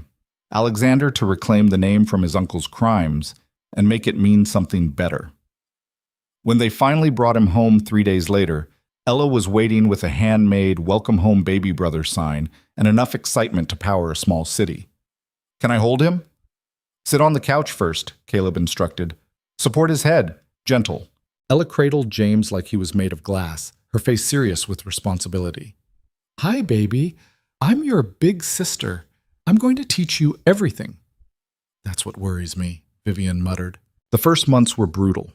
Vivian had thought pregnancy was hard, but newborns were a whole different level of difficult. James ate every 2 hours, slept in random chunks, and cried for reasons they couldn't always identify. Vivian, who'd built a career on problem solving, discovered that babies didn't respond to logic. "Why is he crying?" she asked Caleb at 3 a.m., rocking James for the dozenth time. "Because he's a baby. That's what they do." "But I fed him, changed him, burped him. Sometimes they just cry. You have to accept not having all the answers. I hate not having answers." "I know." Caleb took James, walked him around the darkened living room. "But you're doing great anyway." Sterling Global gave her 12 weeks of parental leave, ironic since she'd signed the policy herself 2 years ago. She spent the first 6 weeks convinced the company would fall apart without her. Spent the next 6 realizing it was fine, Marcus had everything under control, and she needed to let go. "I'm becoming obsolete," she told her grandfather during a video call. "You're becoming a parent," Richard corrected. "Different skill set. Harder to master." "I'm terrible at it. I can't figure out why he cries. I keep forgetting which bottles are clean. I fell asleep while pumping yesterday. And you're still showing up, still trying. That's all anyone can ask. When she returned to work, it was part-time at first. 3 days a week, 6 hours a day, leaving immediately when meetings ran long. Her team adapted. The company survived. Vivian learned to check email without immediately responding, to trust others with decisions, to be okay with good enough instead of perfect. "You're different," Marcus observed during her first week back. "I haven't slept in 4 months. Of course I'm different." "No, I mean you're calmer, less intense, more human." "Are you calling me inhuman?" "I'm calling you improved." Vivian threw a stress ball at him, missed, blamed exhaustion. By the time James was 6 months old, they'd settled into a rhythm. Not perfect. Nothing with a baby was perfect, but functional. Vivian worked 4 days a week. Caleb managed his consulting firm from home, and they tag-teamed childcare with the efficiency of a military operation. Ella was an enthusiastic big sister, constantly wanting to help feed James or pick his clothes or teach him things he was far too young to understand. "He needs to learn about fractions," she insisted. "He's 6 months old," Vivian pointed out. "It's never too early for math." "Please don't turn him into a baby accountant." On James's first birthday, they threw a party that was probably more elaborate than necessary. Both sets of grandparents, Marcus and his new boyfriend, colleagues from Sterling Global, Ella's friends from school. The penthouse was packed with people, all celebrating this little boy who'd turned their lives upside down. "He's going to think this is normal," Caleb said, watching James smash cake into his face with gleeful abandon. "What, having a party? Having 50 people celebrate his existence, being loved by this many people?" Vivian watched her son, covered in frosting, giggling as Ella tried to clean his face. "Good. That should be normal." Later, after guests left and James was asleep and Ella was crashed on the couch, Vivian found herself on the terrace again. 3 years since the forced marriage. 3 years since her life had imploded and rebuilt itself into something unrecognizable. Caleb joined her, as always. "What are you thinking?" he asked. "That I don't recognize my life anymore. In the best way." "No regrets?" "About what? The marriage? The kids? Cutting back at work?" "Any of it." Vivian thought about the woman she'd been 3 years ago. Alone, driven, measuring her worth in quarterly earnings. Thought about the woman she was now. Married, a mother to 2 kids, working reasonable hours, and actually living her life. "No regrets," she said finally. "I miss the control sometimes, miss feeling indispensable, but I don't miss being empty." "You were never empty, just convinced you had to be." "Maybe." She leaned against him. "Thank you." "For what?" "For showing up that day at City Hall, for not running when things got complicated, for teaching me that winning isn't the same as living." "You taught yourself that. I just provided context." They stood there in comfortable silence, watching the city lights. Somewhere inside, their children slept, their family built from necessity and contract and choice. "I love you," Vivian said. "For real this time." Caleb laughed. "You said that 3 years ago." "I meant it more this time." "Fair enough." He kissed her temple. "I love you too. For real, for always, for however long we get." 5 years after the forced marriage, Vivian stood at a podium in Harvard Business School, giving a lecture on leadership and work-life balance. The auditorium was packed with students hungry for her secrets, her strategies, her path to success. "You want to know how I did it?" she began.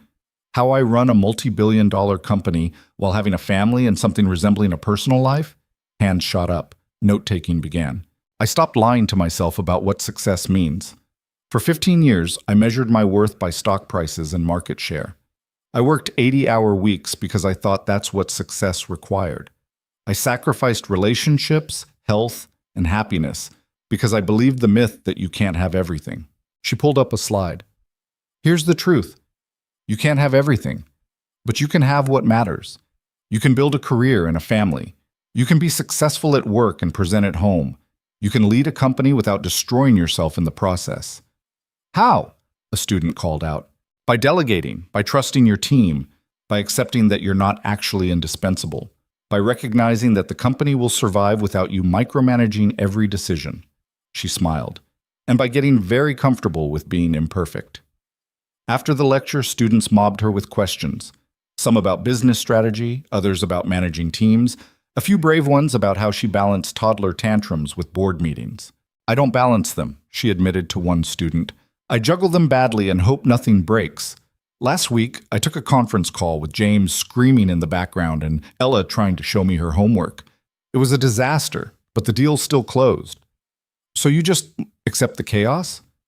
"I accept that life is messy, that perfect is impossible, that showing up imperfectly is better than not showing up at all." On the drive home, she called Caleb. "How'd it go?" he asked. "I think I convinced a room full of business students that work-life balance is possible. Or I convinced them I'm insane. Hard to tell." "Probably both." She heard James babbling in the background. "We're making dinner. Ella's helping. It may be inedible. I'll be there in 20 minutes. Take your time, traffic's bad. We'll save you some potentially inedible food." 20 minutes later, Vivian walked into chaos. Ella was mixing something purple in a bowl, James was in his high chair throwing vegetables, and Caleb was trying to prevent a kitchen fire. "I'm home," she called out. "Mommy!" Ella ran over, careful with her purple mixture. "We're making dinner surprise." "I'm surprised already." "Try it." Ella held up a spoon of something that looked deeply questionable. Vivian tried it. It was terrible. "It's delicious," she lied. "Really?" "Really." "Very creative," Caleb mouthed liar over Ella's head. Vivian mouthed back good parenting. After dinner, which was actually inedible, and they ordered pizza, Vivian helped with homework while Caleb handled bath time. James crawled around collecting toys, babbling to himself. Normal evening chaos. Later, after kids were asleep, Vivian and Caleb collapsed on the couch. "I'm exhausted," she said. "Same. I have 3 meetings tomorrow and a conference call with Singapore. I have a project deadline and James's doctor appointment. We're terrible at this. We're doing fine." Caleb pulled her close. "The kids are alive, the company's thriving, we haven't killed each other. That's success." Vivian laughed. "That's a very low bar." "It's a realistic bar." On their 5th anniversary, the real wedding, not the City Hall version, they didn't do anything elaborate. Just dinner at home, kids in bed early, wine on the terrace. 5 years, Caleb said. "You think we'll make it to 10? "I think we'll make it to 50. Maybe 60 if medical science cooperates." "Ambitious? I'm an ambitious person. You knew that when you married me. Both times." "Both times," she agreed. They sat in comfortable silence, the city spread out below them. 5 years since a contract marriage had turned into something real. 5 years of chaos and compromise and learning to be better than they were. "I'm happy," Vivian said. "That's weird to say out loud, but I'm actually happy. Not winning? Not always. But happy anyway." Caleb raised his glass. "To being happy anyway." "To being happy anyway," she echoed. They clinked glasses, drank wine, and watched the city lights blur into the distance. Inside, their children slept. Tomorrow would bring new chaos, new challenges, new opportunities to fail and try again. But tonight, they were happy. And that Vivian had finally learned was what actually mattered. Not the quarterly earnings, or the stock price, or the market share. Not the perfect house, or the flawless children, or the impressive career. Just this. 2 people who'd chosen each other, kept choosing each other, and built something worth keeping in the process. Success, it turned out, wasn't about winning every battle. It was about showing up for the war, about being present, being imperfect, being human enough to admit you didn't have all the answers. It was about purple fractions and inedible dinner surprises and falling asleep on couches with people you loved. It was about choosing connection over control, family over perfection, living over winning. And Vivian Hart, who'd spent her whole life pursuing victory, had finally discovered something better. She'd discovered home.